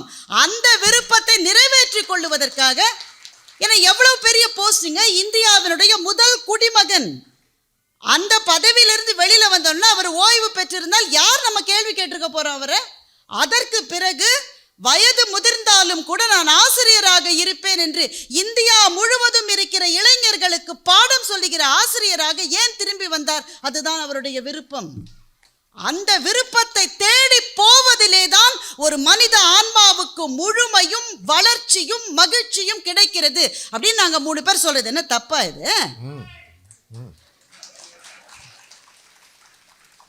அவங்க வைஷாலி நான் கேட்டு தாய் தந்தை பற்றி கண்ணதாசன்லாம் கோட் பண்ணவே கூடாதுமா. எல்லா கட்சிக்கும் அவர் எழுதியிருப்பார். வாழ நினைத்தால் வாழலாம், வழியா இல்லை பூமியில், ஆசை கடலும் தோணி ஆகும், ஆழக்கடலும் தோணி ஆகும், ஆசை இருந்தால் நீந்தி வா. அதுதான் நாங்க அந்த பாடல். உனக்கு ஆசை இருக்கணும்னு சொல்றாருல்ல கண்ணதாசன். அப்போ நீங்க ஒரு பாட்டை மாத்திரம் வச்சுட்டு கண்ணதாசன் எல்லாம் கோட் பண்ணவே கூடாது. ஏன்? கண்ணதாசனுடைய குருவான மகாகவி பாரதி சொல்லலையா, கண்ணில் தெரிந்திடும் பொருளை கைகள் கவர்ந்திட மாட்டாவோ, அட மண்ணில் தெரியுது வானம் இது நம் வசப்படலாகாதோ. எண்ணி எண்ணி பல நாளும் முயன்றிங்கு இறுதிய சோர்வோமோ அட கண்ணிலும் மண்ணிலும் விண்ணிலும் எண்ணிலும் மேவு பராசக்தியே என்று மகாகவி பாரதி சொல்லலையா? கண்ணில் தெரிந்திடும் பொருளை கைகள் கவர வேண்டும், அதுதான் அங்க விருப்பம் என்பது. கவிதைகள் எல்லாம் சொன்ன நாங்க மட்டும் படிக்கலையா கவிதை எல்லாம்? அவங்க சொன்னதுலயே ஒரு ஆனா இந்த ஒரு பேச்சு நான் சாக்ரமெண்டோல மாத்திரம் தாங்க கேட்டிருக்கேன். வைஷாலி இன்னைக்கு பேசினாங்க பாருங்களேன். நானும் 22 வருஷமா பட்டிமன்றம் பேசுறேன்.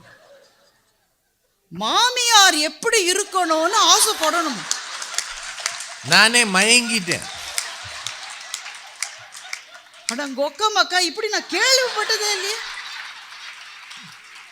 வீட்டுக்காரர் எப்படி இருக்கணும்னு ஆசை, கனவுகள், விருப்பங்கள் இருக்கும். வீட்டுக்காரம்மா எப்படி வரும்? மாமியார் இப்படியெல்லாம் இருக்கணும்னு இந்த உலகத்திலே ஆசைப்பட்ட ஒரே பெண்ணு வைஷாலி தான். அப்புறம் சொல்றாங்க, அப்புறம் கிடைச்சதை வச்சு நாங்களாம் அட்ஜஸ்ட் பண்ணி வாழலையா? இந்த மாமியார் எங்கேயாவது இருக்கீங்களாம்மா? இங்க இருக்க மாட்டாங்கம்மா, ஊர்ல இருப்பாங்க. இங்க இல்லன்ற ஒரே ஒரு தைரியத்துல பேசியிருக்காங்க. ஆனா வீடியோ கேமரால எல்லாம் பதிவாயிருக்கு. என்னுடைய மரியாதைக்கும் பாசத்துக்கும் உரிய தம்பி ஜேசு மிகச்சிறப்பான பேச்சு. அவருக்கு என்னுடைய மனப்பூர்வமான பாராட்டுகள். ஒரு தலைப்பை எப்படி அணுக வேண்டும் என்று சில சமயம் என்னை போன்ற பேச்சாளர்கள் ஜேசு மாதிரியான பேச்சாளர்களிடமிருந்து கற்றுக்கொள்ள வேண்டி இருக்கிறது. அதுதான் உண்மை. புதிய உயரங்களுக்கு இந்த மன்றத்தை அவர் எடுத்து போனார். இப்போ ஜேசு பேசினதுக்கு பதில் சொல்றதுக்கு தான் எனக்கு டைம் இருக்குன்னு நினைக்கிறேன். அப்புறம் நடுவர் விருப்பப்பட்டால் எனக்கு நேரம் கொடுத்தா. நான் என்னம்மா விருப்பப்படுறது? நான் விரும்பியா எல்லாம் நடக்குது. ரொம்ப விருப்பம் உள்ளவர்கள் எப்பவுமே இப்படிதான் சொல்லுவாங்க. வாழ்க்கையில ரொம்ப விருப்பம் உள்ளவர்கள் நான் நினைச்சு என்னங்க நடந்திருக்கு, ஆனா நினைச்சது நடக்கிற மட்டும் விடவே மாட்டான். ஜேசு பேசினதுல எல்லா விஷயத்துக்கும் பதில் சொல்ற அளவு நேரம் இருக்கா? சிலதை எடுத்துக்கலாம். கடைசியில் எப்படி முடிச்சாரு ஜேசு உங்களுக்கு ஞாபகம் இருக்கும் என்று நான் நம்புகின்றேன். விரும்பியதை தேடுவது பித்த நிலை, அடைந்ததை விரும்புவது புத்த நிலை சொன்னாரா? எல்லாரும் கேட்டுக்கிட்டீங்களா? நானும் தான். ஜேசு நீங்கள் சொல்லுங்கள், புத்தர் அடைந்ததை விரும்பினாரா? புத்தருக்கு என்ன அடைந்தார்? இளவரசு பட்டம், அழகான மனைவி, அப்போதுதான் பிறந்திருக்கின்ற அழகான சின்னஞ்சிறு குழந்தை. அவங்க அப்பா துடிச்சிட்டு இருக்காரு இவரை ராஜாவாகிறதுக்கு. இதுதான் புத்தர் அடைந்தது. இதை அவர் விரும்பி இருந்தால் இந்தியாவிலே இருந்த ஆயிரக்கணக்கான மன்னர்களுக்குள் ஒரு மன்னராக வரலாற்றால் அவர் மறக்கப்பட்டிருப்பார். ஆனால் அடைந்ததை விரும்பாமல் துறவு என்னுடைய விருப்பம் என்று வெளியேறியதுதான் புத்தனின் நிலை. இப்ப புத்த கயா.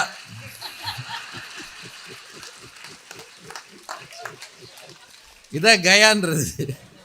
ஜேசுவினுடைய பேச்சு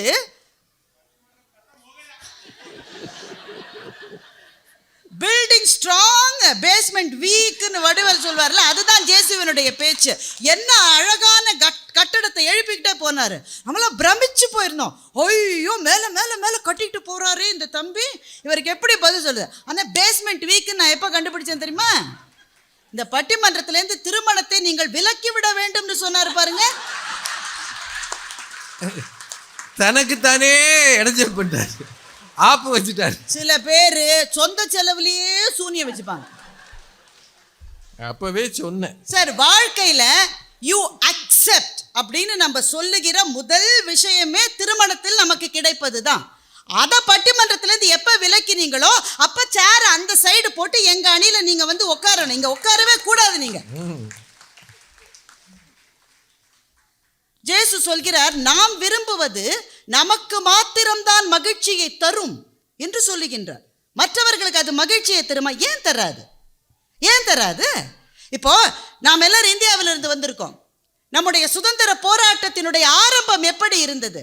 முதல்ல போராடணும்ன்ற எண்ணமே நமக்கு வந்திருக்க கூடாது. இந்த 3 பேர் மட்டும் இருந்தாங்கன்னா நம்ம இன்றைக்கும் பிரிட்டிஷனுடைய காலனியா இருந்திருப்போம். நல்ல வேளை இவங்கள பின்னாடி பிறந்தாங்க.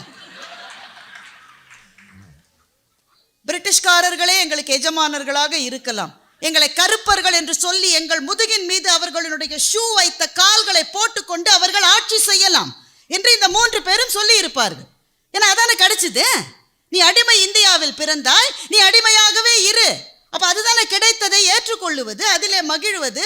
ஆனால் அந்த கூட்டத்துக்கு நடுவிலே இருந்து ஒரு லோகமானிய திலகரும், ஒரு மகாகவி பாரதியும், ஒரு பகத்சிங்கும், ஒரு காந்தியும் எழுந்து இந்த நிலை எங்களுக்கு மகிழ்ச்சி அல்ல, சுயராஜ்யம், பரிபூர்ண ஸ்வராஜ்யம், அது ஒன்றே என்னுடைய இலக்கு என்று லோகமானிய பாலதிலகர் நினைத்ததை அடைஞ்சதுனால தானே சார் உங்களுக்கெல்லாம் விசா கிடைச்சி இவ்வளவு தூரம் வந்து இங்க வேலை செஞ்சுட்டு இருக்கீங்க. நீங்க இந்தியன் பாஸ்போர்ட் வேற சார். உங்களுக்கு இந்தியன் பாஸ்போர்ட்ல இருந்து H1B விசாவிலே இருந்து அதுலயே மகிழ்ச்சியா நீங்க இருந்திருக்கீங்கன்னு ஒருத்தர் சொல்லுங்க எனக்கு. உண்மையை பேசுங்க சார். 3 பேரையும் கேட்கிறேன். கிரீன் கார்டு எனக்கு எதற்காக கிரீன் கார்டு தேவையே இல்லை. ஒரு ப்ளூ கார்டாவது கொடுங்க. இந்த கிடைச்ச விசாவே எனக்கு போதும், இதுவே என் தகுதிக்கு அதிகம். சொல்றீங்களா? அப்ப மட்டும் கண்ணீர் வர்றீங்களே. 1.5 வருஷம் ஆச்சு கிரீன் கார்டு வாங்கல, 2 வருஷம் ஆச்சு, 3 வருஷம் ஆச்சு, கண்ணீர் விட்டு கதறி அழுதுட்டு கிடைத்ததிலேயே மகிழ்கிறோம் நாம். என்ன சார் பொய்? நீங்க அப்படியே கிடைத்ததிலே நிறைவே அடைய முடியாது. சரி, இன்டர்நெட் எக்ஸ்ப்ளோரர் இருந்தது தானே. நீங்க எல்லாருமே இந்த சைடில் இருக்கீங்க, அதனால நான் உங்களுக்கு தெரிந்த அந்த மொழியிலே நான் பேசுறேன். எவ்வளோ டெக்கீஸ் இருக்கீங்க. இன்டர்நெட் எக்ஸ்ப்ளோரர் இருந்தது தானே. That was a good enough search engine. ஏன் சுந்தர் பிச்சை வந்து கூகுளினுடைய தலைவருக்கு போய் கூகுள் குரோம்னு ஒரு பிரசன்டேஷன் ஏன் பண்ணார்? உள்ளதே எங்களுக்கு போதும், இன்டர்நெட் எக்ஸ்ப்ளோரர் இருந்தாலும் நாங்கள் எல்லாம் மகிழ்ச்சியாக இருப்போம். ஏன் சொல்லல? ஏதோ ஒன்று sir, you didn't settle with one search engine, isn't it? அதற்கு அடுத்தது வேண்டும் என்று ஆசைப்பட்ட ஒரு சுந்தர் பிச்சை இன்றைக்கு கூகுளினுடைய தலைவராக இருக்கிறார் என்றால் எத்தனை பேருக்கு அப்படிப்பட்ட ஆசைகள் டெக்னாலஜி உலகத்தில் இருந்ததனால் தானே இன்றைக்கு உங்கள் பகுதியில் இருக்கிற நீங்கள் உலகத்தை ஆள்கிறீர்கள். அந்த விருப்பமே இல்லாமல் இருப்பதிலேயே மகிழ்ந்தால் டெக்னாலஜி ஒரு ஸ்டெப் வச்சிருக்க முடியுமா? மேகநாதன் சொல்கிறார் செல்போன் வந்ததுனால நமக்கு தொல்லையா. சரி, இந்த பொய் பேச்சுகளை தயவு செய்து நம்பாதீர்கள். எந்நேரமும் செல்போன்லேயே இருக்காரு. அவர் மாத்திரம் இல்லை சார், உலகம் அப்படித்தான். டெக்னாலஜியின் கையில தான். அதை பாருங்க, அவர் கையில வச்சுக்கிட்டே தான் மொத்த பட்டிமன்றத்தை கேட்டுட்டு இருக்காரு. இல்ல கேட்கலமா, ரெக்கார்ட் பண்றாரு. அதுக்கு கூட செல்போன் தேவையா தானே சார் இருக்கு. இந்த அம்மா சொல்லுது, அதே வாட்ஸ்அப்பை புது ஃபோன்ல வச்சிருக்கீங்க. இல்ல, புது ஃபோன்ல புது வெர்ஷன் வாட்ஸ்அப் எங்களுக்கு வருது. இல்ல, எனக்கு வாட்ஸ்அப் வேணாமா, நான் சாட் ஜிபிடி டவுன்லோட் பண்ணிக்கிறேன். உங்களுக்கு என்ன பிரச்சனை? அதுல நான் வந்து பார்ட் வச்சுக்கிறேன். சாட் ஜிபிடி புது ஆப் நான் டவுன்லோட் பண்ணிக்கிறேன். ஒவ்வொரு நாடும் புதிதாக டெக்னாலஜியின் முகத்தில் விழிக்கிற உங்கள் பகுதியில் இருந்து 3 பேர் கற்கால மனிதர்கள் வசிக்கிறார்கள் என்பதையே நீங்கள் கருத்தில் கொள்ள வேண்டும். நீங்களெல்லாம் வேற ஏரியாவுக்கு நாடு கடத்துங்க. ஜேசு சொல்கிறார், நீங்கள் எல்லாம் நாங்கள்லாம் மேலே மேலே விரும்புறதுனால அற்பமான ஆசைகளைத்தான் நீங்கள் நம்புகிறீர்கள், நீங்கள் கடவுளை நம்பவில்லை. இந்த ஆசைன்ற வார்த்தை இருக்கே, அது கொஞ்சம் யோசிக்க வேண்டிய வார்த்தை. அவர் ஆசைன்னு சொல்றாரு, நான் லட்சியம்னு சொல்றேன். லட்சியம் என்பது தப்பான வார்த்தையா? எனக்கு ஒரு லட்சியம் இருக்கிறது, ஐ ஹாவ் அ ட்ரீம் என்று இந்த மண்ணிலே இருந்து உங்களினுடைய மண்ணின் மைந்தர் ஒருத்தர் சொன்னார் இல்லையா? த கிரேட் அமெரிக்கன் ட்ரீம் என்பதே கூட தனக்கு கிடைத்ததை இந்த தேசத்தினுடைய கருப்பின மக்கள் ஏற்றுக்கொள்ளாததனால் தானே அந்த கருப்பின மக்களில் ஒருவரை உங்களினுடைய ஜனாதிபதியாக நீங்கள் கொண்டு வந்தீர்கள். அதான் தி கிரேட் அமெரிக்கன் ட்ரீம். அதுதானே. ஒரு ரோசா பார்க் பஸ்ஸில் உட்காருவதற்கு சீட் கிடைக்கல ரோசா பார்க்குக்கு. அன்றைக்கு வேலையை முடிச்சுட்டு அந்த அம்மா கஷ்டப்பட்டு பஸ்ஸில் ஏறி இருக்கு. அந்த சீட்டெல்லாம் வெள்ளையர்கள் தான் உட்காரணும்னு இந்த இடத்துல உங்க மண்ணில் தான் விதி இருந்தது. இப்போ இவங்க 3 பேர் என்ன சொல்றாங்க? ஜேசு என்ன சொல்லுகிறார்? இதெல்லாம் அற்ப ஆசை, இந்த நாற்காலியில் உட்காருவதால் எனக்கு என்ன ஞானம் கிடைக்க போகிறது? எனக்கு பஸ்ஸில் சீட்டே வேணாம், நான் நின்றுக்கிட்டே வரேன், என் பஸ் பின்னாடியே ஓடிட்டு வரேன்னு ரோசா பார்க் சொல்ல வேண்டும் என்று ஜேசு சொல்லுகிறார். இல்லம்மா, அவர் அப்படிலாம் சொல்ல, அப்படிதான் சொல்றாரு. அற்ப ஆசை என்ற வார்த்தை அவர் சொன்னாரா இல்லையா? ஆமா ஆமா சொன்னார். அது ஆசை அல்ல, லட்சியம். அது லட்சியம். எனக்கு உட்கார இடம் இல்லையா, நான் நின்றுக்கிட்டே தான் வரணுமா என்று கருப்பின மக்கள் அதற்கு பிறகு இந்த தேசத்திலே ஒரு வேலை நிறுத்தத்தை செய்தார்களே, அதுதானே இந்த தேசத்தினுடைய தலையெழுத்தை மாற்றியது. அப்ப கிடைத்ததை இதுவே போதும் என்று ஏற்றுக்கொள்கிற மனிதர்களால் அல்ல, இதுவே எனக்கு போதும் என்று நினைக்கின்ற கிணற்று தவளைகளால் அல்ல, இந்த வானம் கூட எனக்கு போதாது என்று நினைக்கின்ற பறவைகளால் இந்த உலகம் வாழுகிறது. மறந்துடாதீங்க.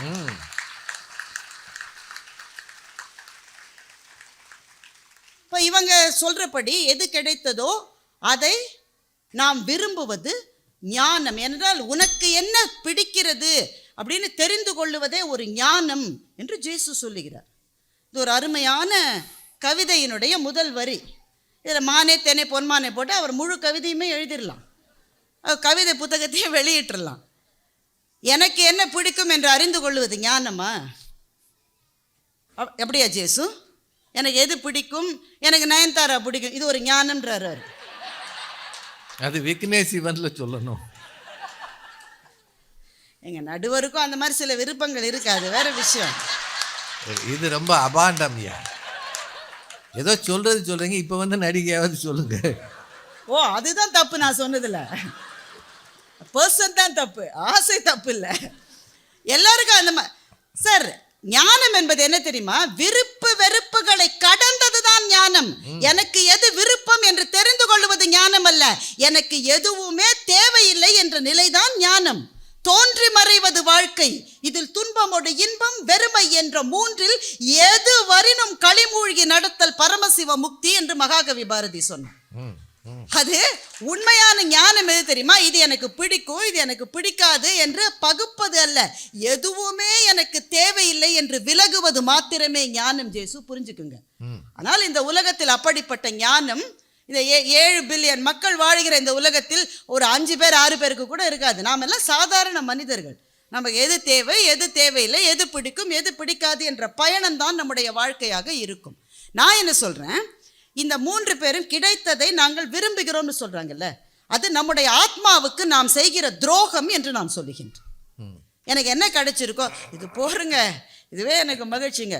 மேகநாதன் சொல்லுகிறார், இந்த பட்டிமன்றத்தில் நான் வந்து நிற்கும் போது ராஜா சார் மாதிரி நான் பேசணும்னு நான் ஆசைப்பட முடியுமா அப்படின்னு. எதுக்கு பேச வந்தீங்க சார்? நீங்கள் இந்த மேடையிலே வந்த பிறகு, அதனால தான் வள்ளுவன் சொன்னான், தோன்றி புகழோடு தோன்று அக்திலார் தோன்றலின் தோன்றாமை நின்று. தோன்றுவதுன்னா பிறப்பது நாங்கள் அர்த்தம் கிடையாது. ஒரு மேடையிலே தோன்றுகிற போது புகழோடு தோன்ற வேண்டும் என்று நினைப்பவர்கள் தான் ராஜா சார் மாதிரியும் சாலமன் பாப்பையா ஐயா மாதிரியும் பெரிய பேச்சாளர்களாக உருவாக முடியும். அந்த லட்சியம், அந்த கனவு, அந்த வெறி, அதற்கான முயற்சி இல்லை என்றால் மேடையிலே தோன்றுகிறவர்கள் அப்படியே மறைந்து போய்விடுவார்கள். சில பேச்சாளர்கள் மின்னுகிறார்கள், சில கலைஞர்கள் மின்னுகிறார்கள், சில அரசியல் தலைவர்கள் காலங்களை கடந்து நிற்கிறார்கள். எங்கள் மகாகவி பாரதியும் அவருடைய சீடரான பாரதிதாசனும் அவர்கள் காலமான பிறகும் கூட காலமாக வாழ்கிறார்கள் என்றால் அவர்கள் மனத்திலே இருந்த கனவு அவர்களை தூங்க விடவில்லை. அதுதான் காரணம். அப்போ அப்படிப்பட்ட முயற்சி. சரி, நான் 3 பேர்ட்டி கேட்குறேன், அவர் மணி அடிச்சிட்டாரு. கிடைத்ததை விரும்பணும்னு சொல்றீங்கல்ல 3 பேரும். எனக்கு வாழ்க்கையிலிருந்து அவமானம் தான் கிடைத்ததுன்னு வச்சுக்கோங்க. வாழ்க்கை என் முகத்தில் காரி துப்பி இருக்கிறதுன்னு வச்சுக்கோங்க. எனக்கு தோல்விகளை தவிர வாழ்க்கை எதையுமே தரவில்லை என்று வைத்துக் கொள்ளுங்கள். எங்க இந்தியாவில் ஒரு பெண் இருந்தா, டெல்லியில், லக்ஷ்மி அகர்வால், 15 வயசு பொண்ணு, குட்டி பொண்ணு. பக்கத்து வீட்டு பையன் அவளை பையன் இல்லை பெரியவன், 32 வயசு ஆள், love you love you love you letter கொடுத்தா இந்த பிள்ளைக்கு என்னன்னே புரியல. அவன் முகத்தில் ஆசிடை கொட்டிட்டான். 3/4 லிட்டர் நைட்ரிக் ஆசிடை அவன் முகத்தில் கொட்டிட்டான் சார். இப்போ அந்த பொண்ணு என்ன செய்யணும்னு நீங்கள் நினைக்கிறீங்க? எனக்கு கிடைத்த ஆசிடே எனக்கு ரொம்ப பிடித்தது, இதையே நான் விருப்பத்தோடு ஏற்றுக்கொள்கிறேன் அப்படி சொல்லணும்னு நினைக்கிறீங்களா? வாழ்க்கை உங்களுக்கு அவமானங்களை கொடுத்தால், மறுப்புகளை கொடுத்தால், தோல்விகளை கொடுத்தால், கண்ணீரை கொடுத்தால், அதிலிருந்து மீண்டு வருகிற விருப்பமும் அந்த விருப்பத்தை அடைகின்ற முயற்சியும் தான் வாழ்க்கையின் உன்னதம் என்று நான் சொல்லுகின்றேன். அந்த பொண்ணு மீண்டு வந்தா, அவன் மீண்டு வந்தானே உடனே அவன் முகம் பழையபடி ஆயிடுச்சு. முகம் போனது தான், அவளுடைய மார்பும் வயிறும் பொசுங்கி போனது தான். ஆனால் இந்தியாவில் ஆசிட் சேலை ரெஸ்ட்ரிக்ட் பண்ணுறதுக்கு ஒரு பப்ளிக் இன்ட்ரெஸ்ட் லிட்டிகேஷன் போட்டு அதில் ஜெயிச்சு காமிச்சா. எனக்கு நடந்தது இன்னொரு பொண்ணுக்கு நடக்கக்கூடாது. இப்போது சொல்லுங்கள், விருப்பம் என்பது சுயநலமுடையதா? அவளுடைய விருப்பம் என்பது மானுடம் தழுவிய அறத்தை நோக்கிய பயணம் இல்லையா? அப்படிப்பட்ட முயற்சிகள் தோல்வியுற்றால் அது மானுடத்துக்கான சறுக்கல்கள் என்று நான் சொல்லுகின்றேன். எனவே விருப்பங்கள் எது கிடைத்ததோ அதை ஏற்றுக்கொள்வது என்பது நம்மை ஒரு அங்குலம் கூட உயர விடாது நண்பர்களே. உங்களுக்கு கடவுள் நம்பிக்கை இல்லை என்ற பெரிய குற்றச்சாட்டை ஜேசு வைத்திருக்கிறார் எங்கள் 3 பேர் மீதும். எது கிடைச்சிருக்கோ அதை நீங்கள் அக்செப்ட் பண்ணலன்னா உங்களுக்கு கடவுள் நம்பிக்கையே கிடையாது என்று சொல்லி இருக்கின்றார். என் மனத்திலே இருக்கிற லட்சியமும் நான் அடைய விரும்புகிற திசைகளும் தான் என்னுடைய கடவுள் என்று நான் சொல்லுகின்றேன். அதுதான் எனக்கு கடவுள். என்னுடைய கடவுளை நீங்க டிஃபைன் பண்ணாதீங்க ஜேசு, நான் டிஃபைன் பண்ணிக்கிறேன். அதுதான் என் மனத்திலே இருக்கிற கடவுள். அலெக்சாண்டர் ஃப்ளெமிங் என்கின்ற விஞ்ஞானி, நிறைய விஞ்ஞானிகள் இருக்காங்க, எனக்கு நேரம் இல்லை சொல்லுவது. அலெக்சாண்டர் ஃப்ளெமிங் என்ற விஞ்ஞானி தான் உலகத்தின் தலையெழுத்தை மாற்றிய மிகச்சிறந்த ஒரு விஞ்ஞானின்னு நான் நினைக்கிறேன். பென்சிலின் மருந்து அவர் தான் கண்டுபிடிச்சாருங்க. அவர் அதை கண்டுபிடிப்பதற்கு முன்னால் கொத்து கொத்தாக பூச்சிகளைப் போல, ஈசல்களைப் போல, வெறும் காய்ச்சல் வந்தாலே செத்துருவாங்க. வெறும் காய்ச்சல். இப்போ பாருங்க 104 டிகிரி அடிக்குது, ஒரு பேராசிட்டமாலை போட்டுக்கிட்டு, உங்கள் ஊரில் மருந்து கிடைக்குமான்னு எனக்கு தெரியாது, எங்கள் ஊரில் நல்லா கிடைக்கும். ஒரு பேராசிட்டமாலை போட்டுக்கிட்டு ஒரு டோலோவை சாப்பிட்டுட்டு நான் மேடையில் கூட பேசியிருக்கேன். ஆனால் ஒரு 60 வருஷத்துக்கு முன்னாடி ஒரு ஆள் காய்ச்சல் வந்தாலே செத்துருவாங்க. Penicillin was a wonder drug. பென்சிலினை கண்டுபிடித்த அலெக்சாண்டர் ஃப்ளெமிங்க்கு ஒரு எப்படி கண்டுபிடித்தார்? பல முயற்சிகள், பல தோல்விகள், தொடர் தோல்விகள். அவர் என்ன செஞ்சிருக்கணும்? இந்த தோல்வி தான் எனக்கு வாய்த்தது, இதை நான் மகிழ்ச்சியோடு ஏற்றுக்கொள்கிறேன்னு இந்த 3 பேரும் சொல்கிறாங்க. அலெக்சாண்டர் ஃப்ளெமிங் அப்படியே இருந்திருக்கணும். அவர் ஏற்றுக்கொள்ளவில்லை. தொடர்ந்து தொடர்ந்து தொடர்ந்து தொடர்ந்து முயற்சிகள், தோல்விகளை எதிர்த்த பயணமாக அவருடைய வாழ்க்கை இருந்தது. ஒரு நாள் ஒரு பிரெட்டை சாப்பிட்டுட்டு இருந்தார், ஏதோ ஒரு ஞாபகம் மறதி, அப்படியே அதை வச்சுட்டு போயிட்டார். அந்த பிரெட்டின் மீது பூஞ்சனம் பூத்தது. பூஞ்சனம்னா தெரியும் தானே? பூஞ்சனம் பூத்தது. அவர் பார்த்தார். திரும்பி அடுத்த நாள் வர்ற போது பூஞ்சனம் பூத்திருந்த அந்த பிரெட்டில் அந்த பகுதியில் மாத்திரமா அந்த பாக்டீரியா வேலை செய்யவில்லை. அப்போது அதுதான் அதற்கு மருந்து என்று அவர் கண்டுபிடித்தார். அதனுடைய மருந்து அதே தான், அது ஒரு நஞ்சு, அந்த நஞ்சுக்கு மருந்து என்று கண்டுபிடித்தார். அதுதான் பென்சிலின். இப்போ ஏன் அன்றைக்கு அந்த பிரெட் துண்டத்தை அவர் வைத்து விட்டு போனார்? நான் சொல்லுகிறேன், அது கடவுள் அவருக்கு காட்டிய அறிகுறி என்று நான் சொல்லுகிறேன். ஒவ்வொரு நாளும் பிரெட் சாப்பிட்டாரு தானேங்க, ஏன் அன்னைக்கு மட்டும் வச்சுட்டு போனாரு? இல்லை, அவர் வச்சுட்டு போன பிரெட்டை அந்த பணியாள் பார்த்து ஏன் குப்பை தொட்டில் அன்னைக்கு போடாமல் இருந்தான்? அது ஒரு லெஃப்ட் ஓவர் தான் சார். அப்படி முயற்சி எடுக்கிறவர்களுக்கு மாத்திரம்தான் கடவுள் வந்து அருள் செய்வார் என்று நான் சொல்லுகிறேன். எனவே தான் என்னுடைய லட்சியத்தில் என் கடவுளை நான் பார்க்கிறேன் என்று நான் சொல்லுகின்றேன். நிறைவாக மகாகவி பாரதி தன்னுடைய தம்பி சீனி விஸ்வநாதனுக்கு எழுதிய கடிதத்திலிருந்து ஒரு வரியை சொல்லிவிட்டு நான் விடை பெறுகின்றேன். தம்பி, கீழே விழுந்து விடாதபடி கயிறுகள் கட்டிக்கொண்டு எச்சரிக்கையாய் நிற்பவர்கள் மூடர்கள். நீ பறந்து போ, உனக்கு சிறகுகள் முளைக்கட்டும் என்று தன்னுடைய தம்பிக்கு மகாகவி பாரதி எழுதினார். ஒரு இடத்துல நிற்கிற போது அந்த இடத்திலிருந்து விழாம இருக்கணும்ன்றதுக்காக கயிறு கட்டிட்டு நிற்கிறவர்கள் 3 பேர். ஆனால் பறந்து போகிறோம், எங்களுக்கு சிறகுகள் முளைக்கும் என்று நம்புகிறவர்கள் நாங்கள் 3 பேர். பெர்ஷிய கவிஞனான ரூமி சொன்னார், பறவைகள் வானிலே பறந்து தங்களின் சுதந்திரத்தை கொண்டாடுகின்றன. அவற்றுக்கு எப்படி சிறகுகள் முளைத்தன? பறக்க வேண்டும் என்று நினைத்து பறந்தன, கீழே விழுந்தன, விழும்போதுதான் அந்த சிறகுகள் முளைத்தன என்று கவிஞர் ரூமி எழுதுகின்றார். ஒரு நெல்மணிக்காக கூண்டிலே இருக்கிற கிளியினுடைய வாழ்க்கை ஒரு நாளும் நிறைவடையாது. அந்த நெல்மணி எனக்கு கிடைக்காவிட்டாலும் பரவாயில்லை என்று வானத்தை நோக்கி தவ்வுகிற கிளிகள் தான் வாழ்க்கையை மகிழ்ச்சியோடு வாழுகின்றன என்பதை நீங்கள் ஒத்துக்கொண்டால் நடுவர் எங்கள் அணிக்கு தீர்ப்பு தருவார். நன்றி, வணக்கம். ஒரு வித்தியாசமான தலைப்பு, காரசாரமான விவாதம், உங்களது கைத்தட்டல்கள். ரொம்ப பெருந்தன்மையாக ஃபெட்னா நிர்வாகிகள்லாம் ஃபுல்லாக உட்காந்துருக்குறாங்க முழுக்க. இந்த மாதிரி ஒரு தலைப்பில் இத்தனை வகையாக சிந்திக்க முடியும் என்று நிரூபித்த 6 அறிஞர்களுக்கும் வாழ்த்துகளும் பாராட்டுகளும். நிறைவாக பேசிய பாரதி பாஸ்கர் அவர்கள் பேசும்போதே கூட்டம் களை கட்டி விட்டது. இவ்வளோ பேர் இருந்தீங்களான்னு எனக்கு தெரியல. திடீர்னு பார்த்தா எல்லாம் கிளைமாக்ஸுக்கு வந்து நிற்கிற மாதிரி வந்தாச்சு. திரைப்படத்து கிளைமேக்ஸ் மாதிரி அவங்க பேச்சு அமைந்தது. ரொம்ப சுருக்கமாக இதை யோசிக்கலாம். ஒரு 10-15 நிமிஷம் எடுத்துக்கலாமா? இல்லை இப்போ சாப்பிட போகலாமா? நானும் ரொம்ப தூரம் வந்துட்டேன். பரவாயில்ல, நமக்கும் 4 டிக்கெட் இருக்கு. நன்றி நன்றி. இப்படி சொல்லி தான் நம்ம நிறைய பேர் ஏற்றி விட்டுருக்கோம். ரொம்ப கேள்விகள் ரொம்ப எளிமையானது. கிடைக்கிறத விரும்பணுமா இல்லை விரும்பியதை அடையணுமா? எதையுமே விரும்பணுங்க. வாழ்க்கை நீங்கள் யோசிச்சு பாருங்க, அவரவர் வாழ்க்கையை திரும்பி பாருங்க. நான் சின்ன வயசு என்னைய பற்றி ரொம்ப பேசுனாங்க. இவர் ஒரு பேச்சாளரானது நான் ஐயா கூட தான் சுற்றிட்டு தெரிஞ்சேன். 2-3 காரணம்.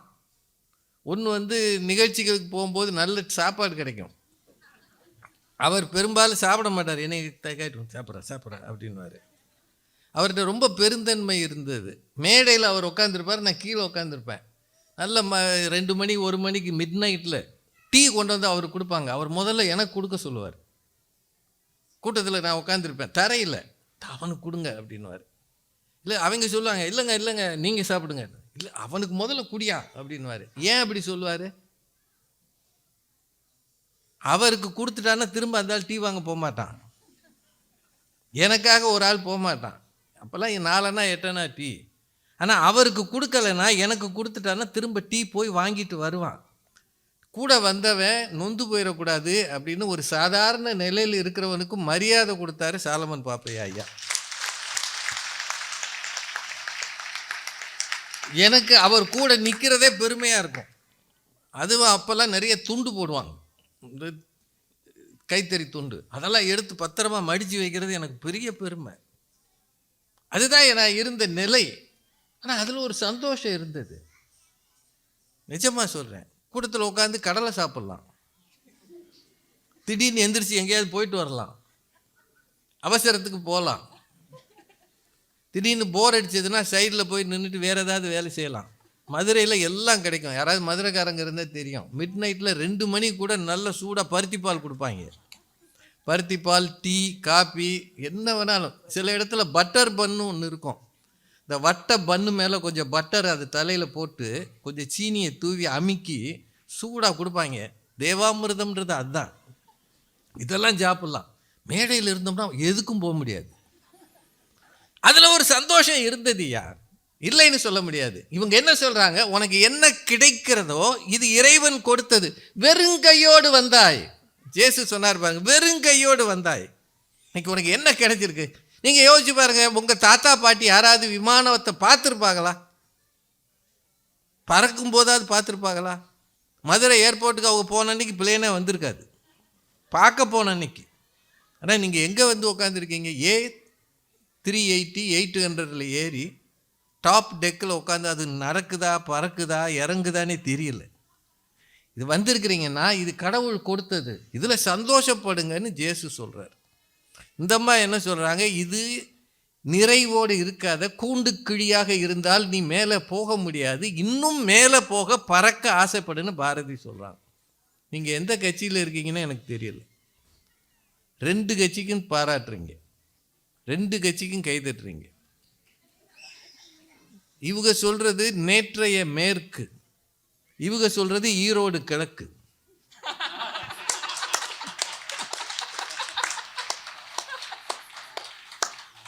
இதுதாங்க வித்தியாசம். 2க்கு வித்தியாசம் சிம்பிளாக தெரிஞ்சிருச்சா? இது நேற்றைய மேற்கு, இது ஈரோடு கிழக்கு. யார் வருவான்னு பெரிய அடிதடியாக கிடக்கு எங்கள் ஊரில். இப்போது லட்சியங்களை நோக்கி நகருங்கள், அதுதான் கடவுள் அப்படின்னு அவங்க சொல்லியிருக்கிறாங்க. முதல்ல ஒன்று தெரிஞ்சுக்கங்க, என்ன கிடைச்சாலும் கிடைத்ததில் மகிழாதவர்கள் அடுத்த நிலைக்கே போக முடியாதுங்க.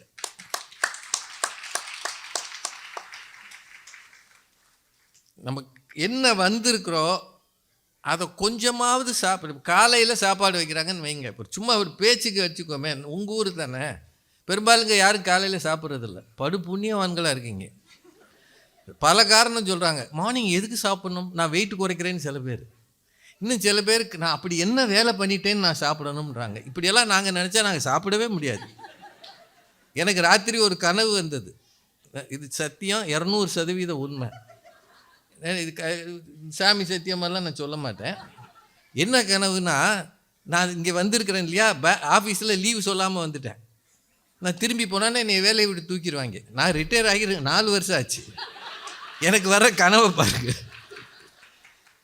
இப்படி கனவு கண்டு பதறி எந்திரிச்சு அதுக்கப்புறம் தூக்கமே வரல.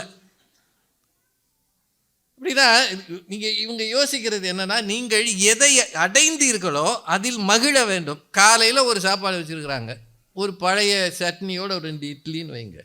மத்தியானம் அந்த அம்மா பிரியாணி பண்ணுறேன்னு சொல்லியிருக்காங்க. என்ன சொல்லியிருக்காங்கன்னா, நீங்கள் தான் செய்யணும்னு சொல்லியிருக்கிறாங்க. இங்கே நான் சந்தித்த நிறைய பேர் என்கிட்ட சொன்னது இதுதான், சார் நான் அருமையாக சமைப்பேன்னாங்க. இந்தியாவில் பெரும்பாலும் இப்போ ஆண்கள் கற்றுக்கிட்டு வர்றாங்க, ஆனால் இங்கே மாஸ்டர் பண்ண அளவு அந்த ஊரில் இன்னும் ரெடி ஆகலை. ஆண்கள் இங்கே சமையலில் மாஸ்டர் ஆன அளவு அங்கே ரெடி ஆகலை. இப்போ சமைக்கணும்னு சொல்லியிருக்கிறாங்கன்னு வைங்க. மதிய சாப்பாட்டை நினச்சிக்கிட்டு காலை உணவை நீங்கள் மிஸ் பண்ணுவீங்களா? சாப்பிடாமல் இருப்பீங்களா? தட்டில் வந்ததை ருசித்து பார்க்காதவன் வராத ஒன்றுக்கு காத்திருப்பது எவ்வளவு தவறோ அவ்வளவுதான் கிடைத்ததை விரும்பாமல் இருப்பது. இதுதான் இவங்க சொல்கிறது. கல்யாணத்துக்கு முன்னாடி கனவு யார் யாருக்கான்ல? நான்லாம் எம்ஜிஆர் ரசிகனாக இருந்தவன். காமர்ஸ் படித்தோம். காமர்ஸ் படிக்கும்போது 80களில் அமெரிக்கன் கல்லூரி மதுரையில் அந்த இடமே ஒரு அழகாக இருக்கும், சுற்றி பெண்கள் கல்லூரி. இப்போ எங்களுக்கெல்லாம் என்ன எதிர்பார்ப்பு இருந்ததுன்றீங்க? கரெக்டாக அந்த டிகிரி வாங்கிட்டு வெளியில் வரும்போது ஒரு கார் வரும். இந்த ஜோக் இல்லையா, நிஜம். அந்த காரில் வந்து ஒரே ஒரு பெண்ணை பார்த்தா ஒரு இண்டஸ்ட்ரியலிஸ்ட் வருவார். அவர் கார் பிரேக் டவுன் ஆயிரும். நம்ம உடனே ஒரு தண்ணி வாங்கி கொடுப்போம், ஏன்னா நமக்கு மெக்கானிசம் தெரியாது. அவர் பார்த்து நீ தான் எனக்கு மாப்பிள்ளைன்னு கூப்பிட்டு போயிடுவார். அவ்வளோ அழகான பொண்ணு, ஒரு காரு, ஒரு இண்டஸ்ட்ரி எல்லாம் கிடைக்கும். இப்படிக்காக நாங்கள் எதிர்பார்த்துக்கிட்டு இருந்தோம். கடைசியில் பொண்ணு கொடுக்குறதே ஜாஸ்தின்னு சொல்லிட்டாங்க. அதுக்காக கிடைத்ததை விரும்பாமல் இருக்க முடியுமா? இப்போ நாங்கள் எவ்வளோ காலத்துக்கு உங்கள் எல்லாருக்கும் சொல்லிடுறேன், நிறைய ஆஃபர் வரும்போது தள்ளி தள்ளி போடுற பிள்ளைகள் ஜென்மத்துக்கு கல்யாணம் பண்ண மாட்டான். பார்த்துருக்கீங்களா? சொல்கிறது உண்மையாக இல்லையா? இதை விட பெருசாகணும், அதை விட இன்னும் பெருசாக வரணும், இது சரியாக இருக்குது அது சரியா இல்லை, லுக்கு நல்லா இருக்குது மேனர்ஸ் சரியில்லைன்றான். எல்லா பொண்ணும் ஒரே மாதிரி தான்டா இருக்கும். லுக்கு நல்லா இருக்குது, மேனர்ஸ் சரியில்லை, பேக்ரவுண்டு சரியில்லை. தள்ளி தள்ளி போடுகிறவன் எதையும் விரும்ப மாட்டான். நீங்கள் காய்கறி வாங்க போயிருக்கீங்களாம்மா? 100 காயை ஒடிச்சு பார்த்தீங்கன்னா நீங்கள் ஒரு கத்திரிக்காய் எடுப்பீங்களா? அந்த வெண்டைக்காய் காம்பு ஒடிப்பாங்க பார்த்துருக்கீங்களா சில பேர். அந்த கடைசியில் அந்த அம்மா சொல்லும், வை நீ வாங்க வேண்டாம், அவ்வளோ வெண்டைக்காய் ஒடிச்சு போட்ட, ஒரு பேய வாங்க மாட்டான். ஏன்னா இவங்க சூஸ் பண்ணுறாங்களாம், இதை ஒடிக்க அதை ஒடிக்க, இப்படி எடுத்து பார்க்க. இப்படியே இருந்தீங்கன்னா you have a lot of choices around. You will never settle with something. அதுதான் இவங்க சொல்கிறது. கிடைச்சதில் சந்தோஷமான கடவுள் உங்களுக்கு நிறைய கொடுத்துருக்குறாரு. இதுக்கு மேலே என்ன வேணும்? நிறைய கொடுத்துருக்குறாரு. இந்தியாவில் இருக்கிற எத்தனை பேருக்கு இங்கே வர வாய்ப்பு இருக்குது? நாங்கள் வர வழியெல்லாம் பார்க்குறோம்.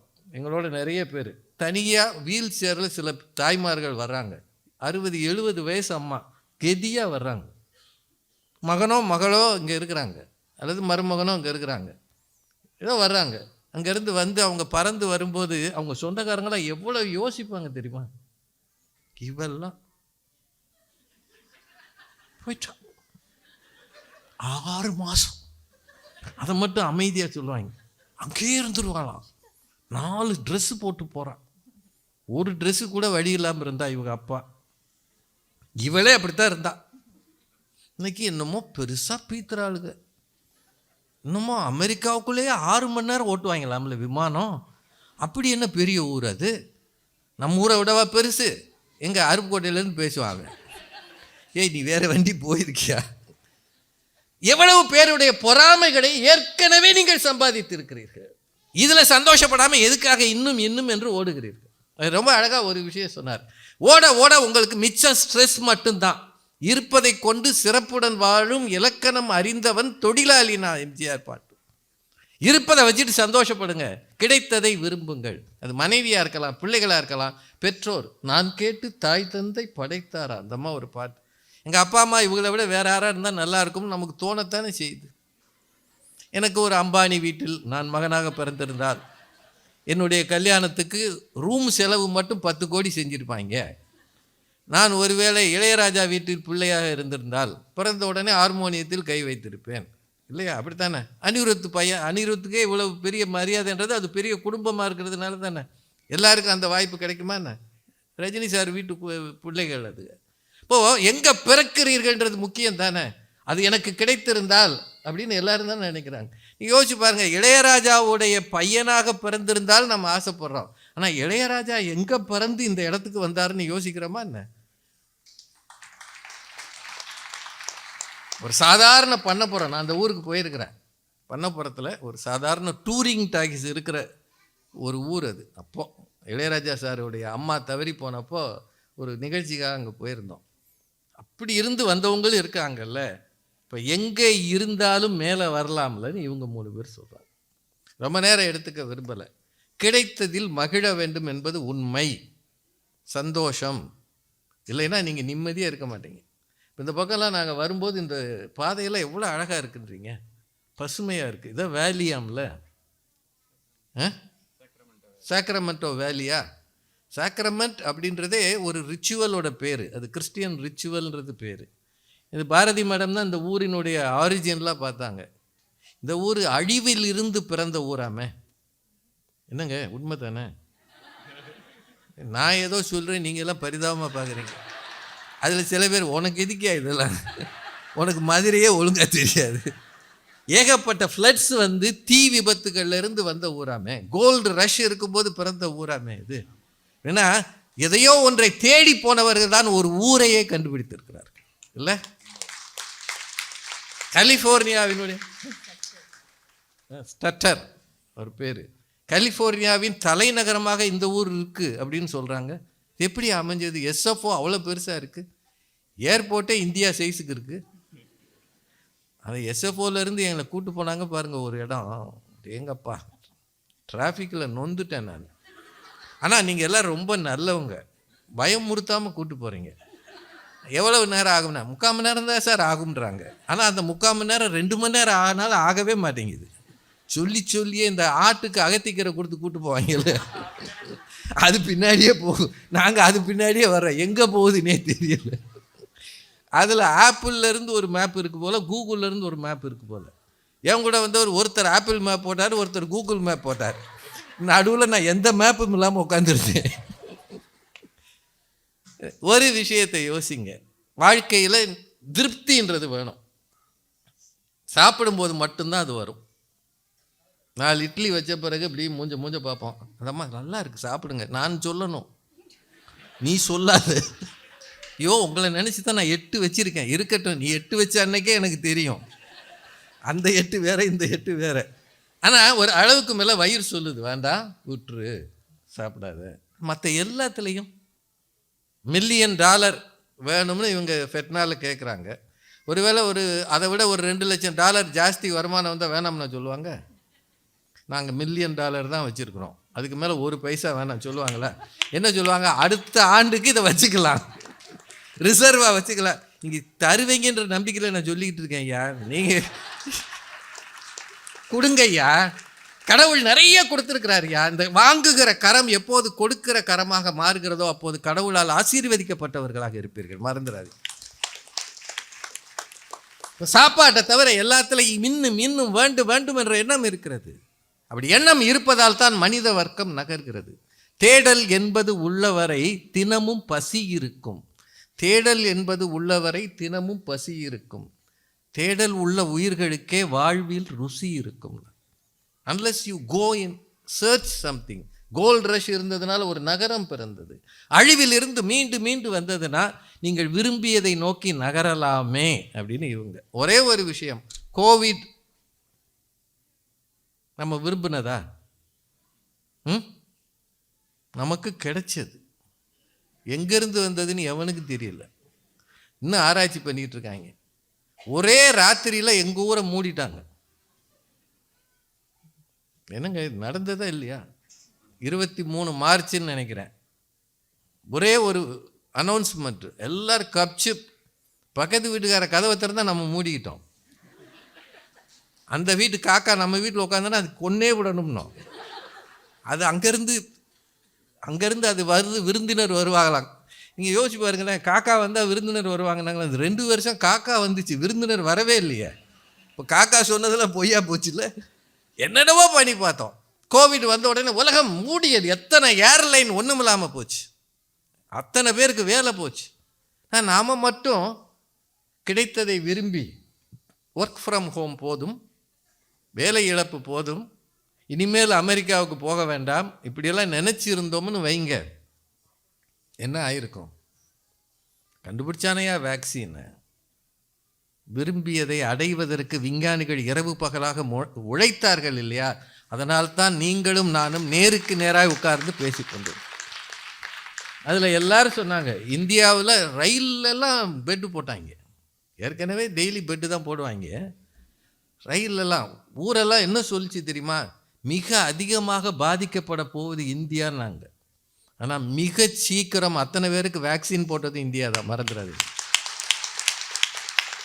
போட்டது மட்டும் இல்லை, மற்ற நாடுகளுக்கு அனுப்பணும். நாம் கோவேக்சின் போ, கோவிஷீல்டு வா, வாங்கினோமா இல்லையா? அப்படின்னா தேடல் இருந்ததுனால் விரும்பியதை அடைந்தோம். 100% ஒரு வேக்சின் சர்டிஃபிகேட்டு ஒரு தடவை 2 தடவை போட்டாச்சு, முடிஞ்சு போச்சு. இப்போ எல்லாம் சிரிக்கிறான், சார் மாஸ்க்னா போயா மாஸ்க்னா போய் தொழுகை நடத்துன்றான். அந்த மாஸ்க் இல்லைங்க, இந்த மாஸ்க், அது தேவையில்லைன்றான். மாற்றங்களை வந்தது, மனித குலம் அப்படித்தான் வளர்ந்திருக்கிறது. பாரதி மேடம் ரொம்ப அழகாக சொன்னாங்க, ஒருவேளை நீங்கள் கிடைத்ததில் மகிழ்ந்திருந்தால் இன்னும் அடிமைகளாக இருந்திருப்பீர்கள். சுயராஜ்யம் எனது பிறப்புரிமை, அதை அடைந்தே தீர்வோம் சொன்னவர்கள் முன்னோர்கள். பாரதி அத்தனை வறுமையிலும் ஆடுவோமே பள்ளு பாடுவோமே ஆனந்த சுதந்திரம் அடைந்து விட்டோம்னா, அடையும் முன்னால் அடைந்து விட்டோம் என்று மகிழ்ந்தான் பாரதி. இந்த எண்ணங்கள் தான் உங்களை முன்னே நகர்த்துகிறது. பிள்ளைகள் வாங்கி வருகிற மதிப்பெண்ணில் மகிழ்கிற பெற்றோர் எத்தனை பேர் இருக்கிறீர்கள்? எங்கள் ஊரை வச்சுக்கோங்க, இங்கே மதிப்பெண்ணா கிரேடான்னு எனக்கு தெரியாது. கிரேடு எத்தனை கிளாஸில் அவனை போட்டிருக்கீங்க? ஆடுறான், பாடுறான், ஓடுறான், நம்மளை அடிக்கடி சாடுறான், திடீர்னு பக்கத்தில் வந்து கூடுறான். எல்லாம் இத்தனையிலேயும் சேர்ந்த பிறகு இன்னும் ஏதாவது என் பிள்ளை செய்யாதா?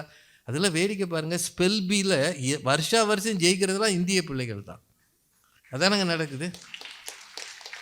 இப்போ ஸ்பெல் பி மாதிரி இந்தியாவிலையுமே பண்ண ஆரம்பிச்சிட்டாங்க. இங்கே இருக்கிற மாதிரியே அதை மாடல் அவங்களும் பண்ணுறாங்க. நம்ம பிள்ளைகள் எவ்வளவு சாதிக்கிறாங்க, சாதிக்கிறத பார்த்து எவ்வளவு பெருமையாக இருக்கிறது.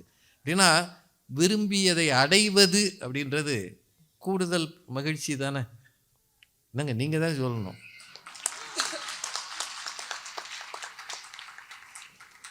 திடீர்னு சீனாக்காரன் உங்கள் ஊருக்கு பலூன் விட்டான்,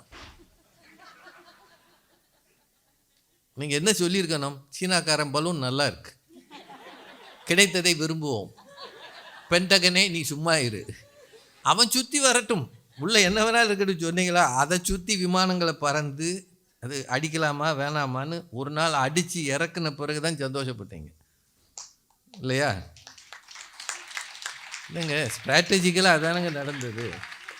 அவன் பாட்டு சுற்றி வரட்டும், எல்லாம் யாது முறை யாவரும் கேளீர், சீனா பலூன் சுற்றி வரட்டும்னு சொன்னீங்களா? ஷூட் பண்ணு. அப்படின்னா இலக்கை நிர்ணயித்து இயங்குவது தான் மனித குலம். இலக்கு தான் உங்கள். இவ்வளவு பெருசு இருந்துட்டு போகட்டும்னு யாரும் சொல்கிறது இல்லையே. உங்களுக்கு வாழ்க்கையில் தனி மனித இலக்குகள் உண்டு, குடும்ப இலக்குகள் உண்டு, சமூக இலக்குகள் உண்டு. அதை நோக்கி பயணியுங்கள். இல்லாட்டி எதுக்காகங்க விளையாட்டு வீரர்கள் உயிரை கொடுத்து ஓடுறான், உயிரை கொடுத்து விளையாடுறான்?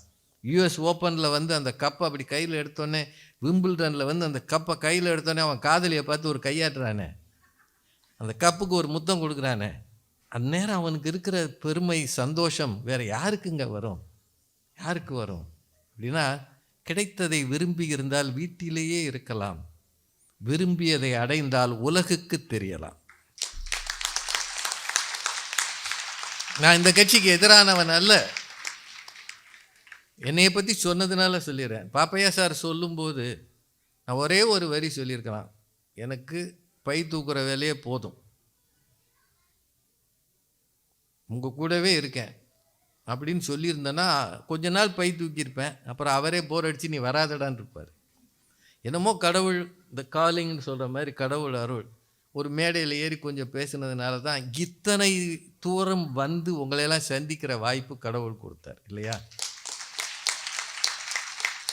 இது நான் விரும்பி அடைந்தேன்னு நான் சொல்லலை. ஆனால் நீங்கள் கொஞ்சமாவது ஒரு சின்ன முயற்சி எடுத்தால் தான் வாழ்க்கை வித்தியாசமாக இருக்கும். சாதாரண பேங்க்கில் வேலை பார்த்த நான் பாரதி மேடம் மாதிரி இன்டர்நேஷ்னல் வங்கியும் கிடையாது, சிட்டி பேங்க். நான் இருந்தது ஒரு குட்டி பேங்க். அந்த பேங்க் இப்போ கிடையாது, அதை மெர்ஜ் பண்ணிட்டாங்க. நம்ம ஊரில் பேங்க்கெல்லாம் இனிமேல் இந்த சீரியல் மாதிரி, இனிமேல் இவருக்கு பிறகு இவருன்றாங்கல்ல, அது மாதிரி இனிமேல் இந்த பேங்க்குக்கு பதில் இந்த பேங்க்கு. இப்போ இவங்க பேங்க்கும் அதே வெளியில் போயிடுச்சு. இந்தியாவுக்கு எது வந்தாலும் மெர்ஜ் ஆகிடுது. இந்தியர்கள் மட்டும் தனித்து இருக்கிறார்கள், தனித்துவமாக இருக்கிறார்கள். பெரிய பெரிய அரங்கங்களிலே, பெரிய பெரிய கம்பெனிகளிலே நம்பர் 1 இருக்கிறார்கள். பார்க்க பெருமையாக இருக்கிறது. அடிமைகளாக இருந்தவர்கள், இந்தியாவை விட்டு வெளியே போனவர்கள் எல்லாரும் கூலிகளாக போனார்கள். கப்பல்களிலே அப்படியே கொத்து கொத்தாக அள்ளி கொண்டு போய் இலங்கையிலும் மலேயாவிலும் சிங்கப்பூரிலும் அடிமைகளாக விற்கப்பட்டார்கள். ஃபிஜி தீவுகளிலும் பாரதி அழுது கொண்டிருந்தான். ஆனால் இன்றைக்கு நீங்கள் கம்பீரமாக வந்து உலகை ஆளுகிறீர்கள் என்றால் விரும்பியதை இந்தியா அடைந்திருக்கிறது. இதுதான் உண்மை. அடைவதுதான் மகிழ்ச்சி. கிடைப்பதை விரும்புவது பழமை சிந்தனை. விரும்பியதை அடைவது புதிய பாணி, புதிய உலகம். புதிய உலகம் நோக்கி புறப்படுங்கள், அதுதான் நல்லது. வாய்ப்புக்கு நன்றி கூறி வணங்கி விடைபெறுகிறேன். நன்றி, வணக்கம்.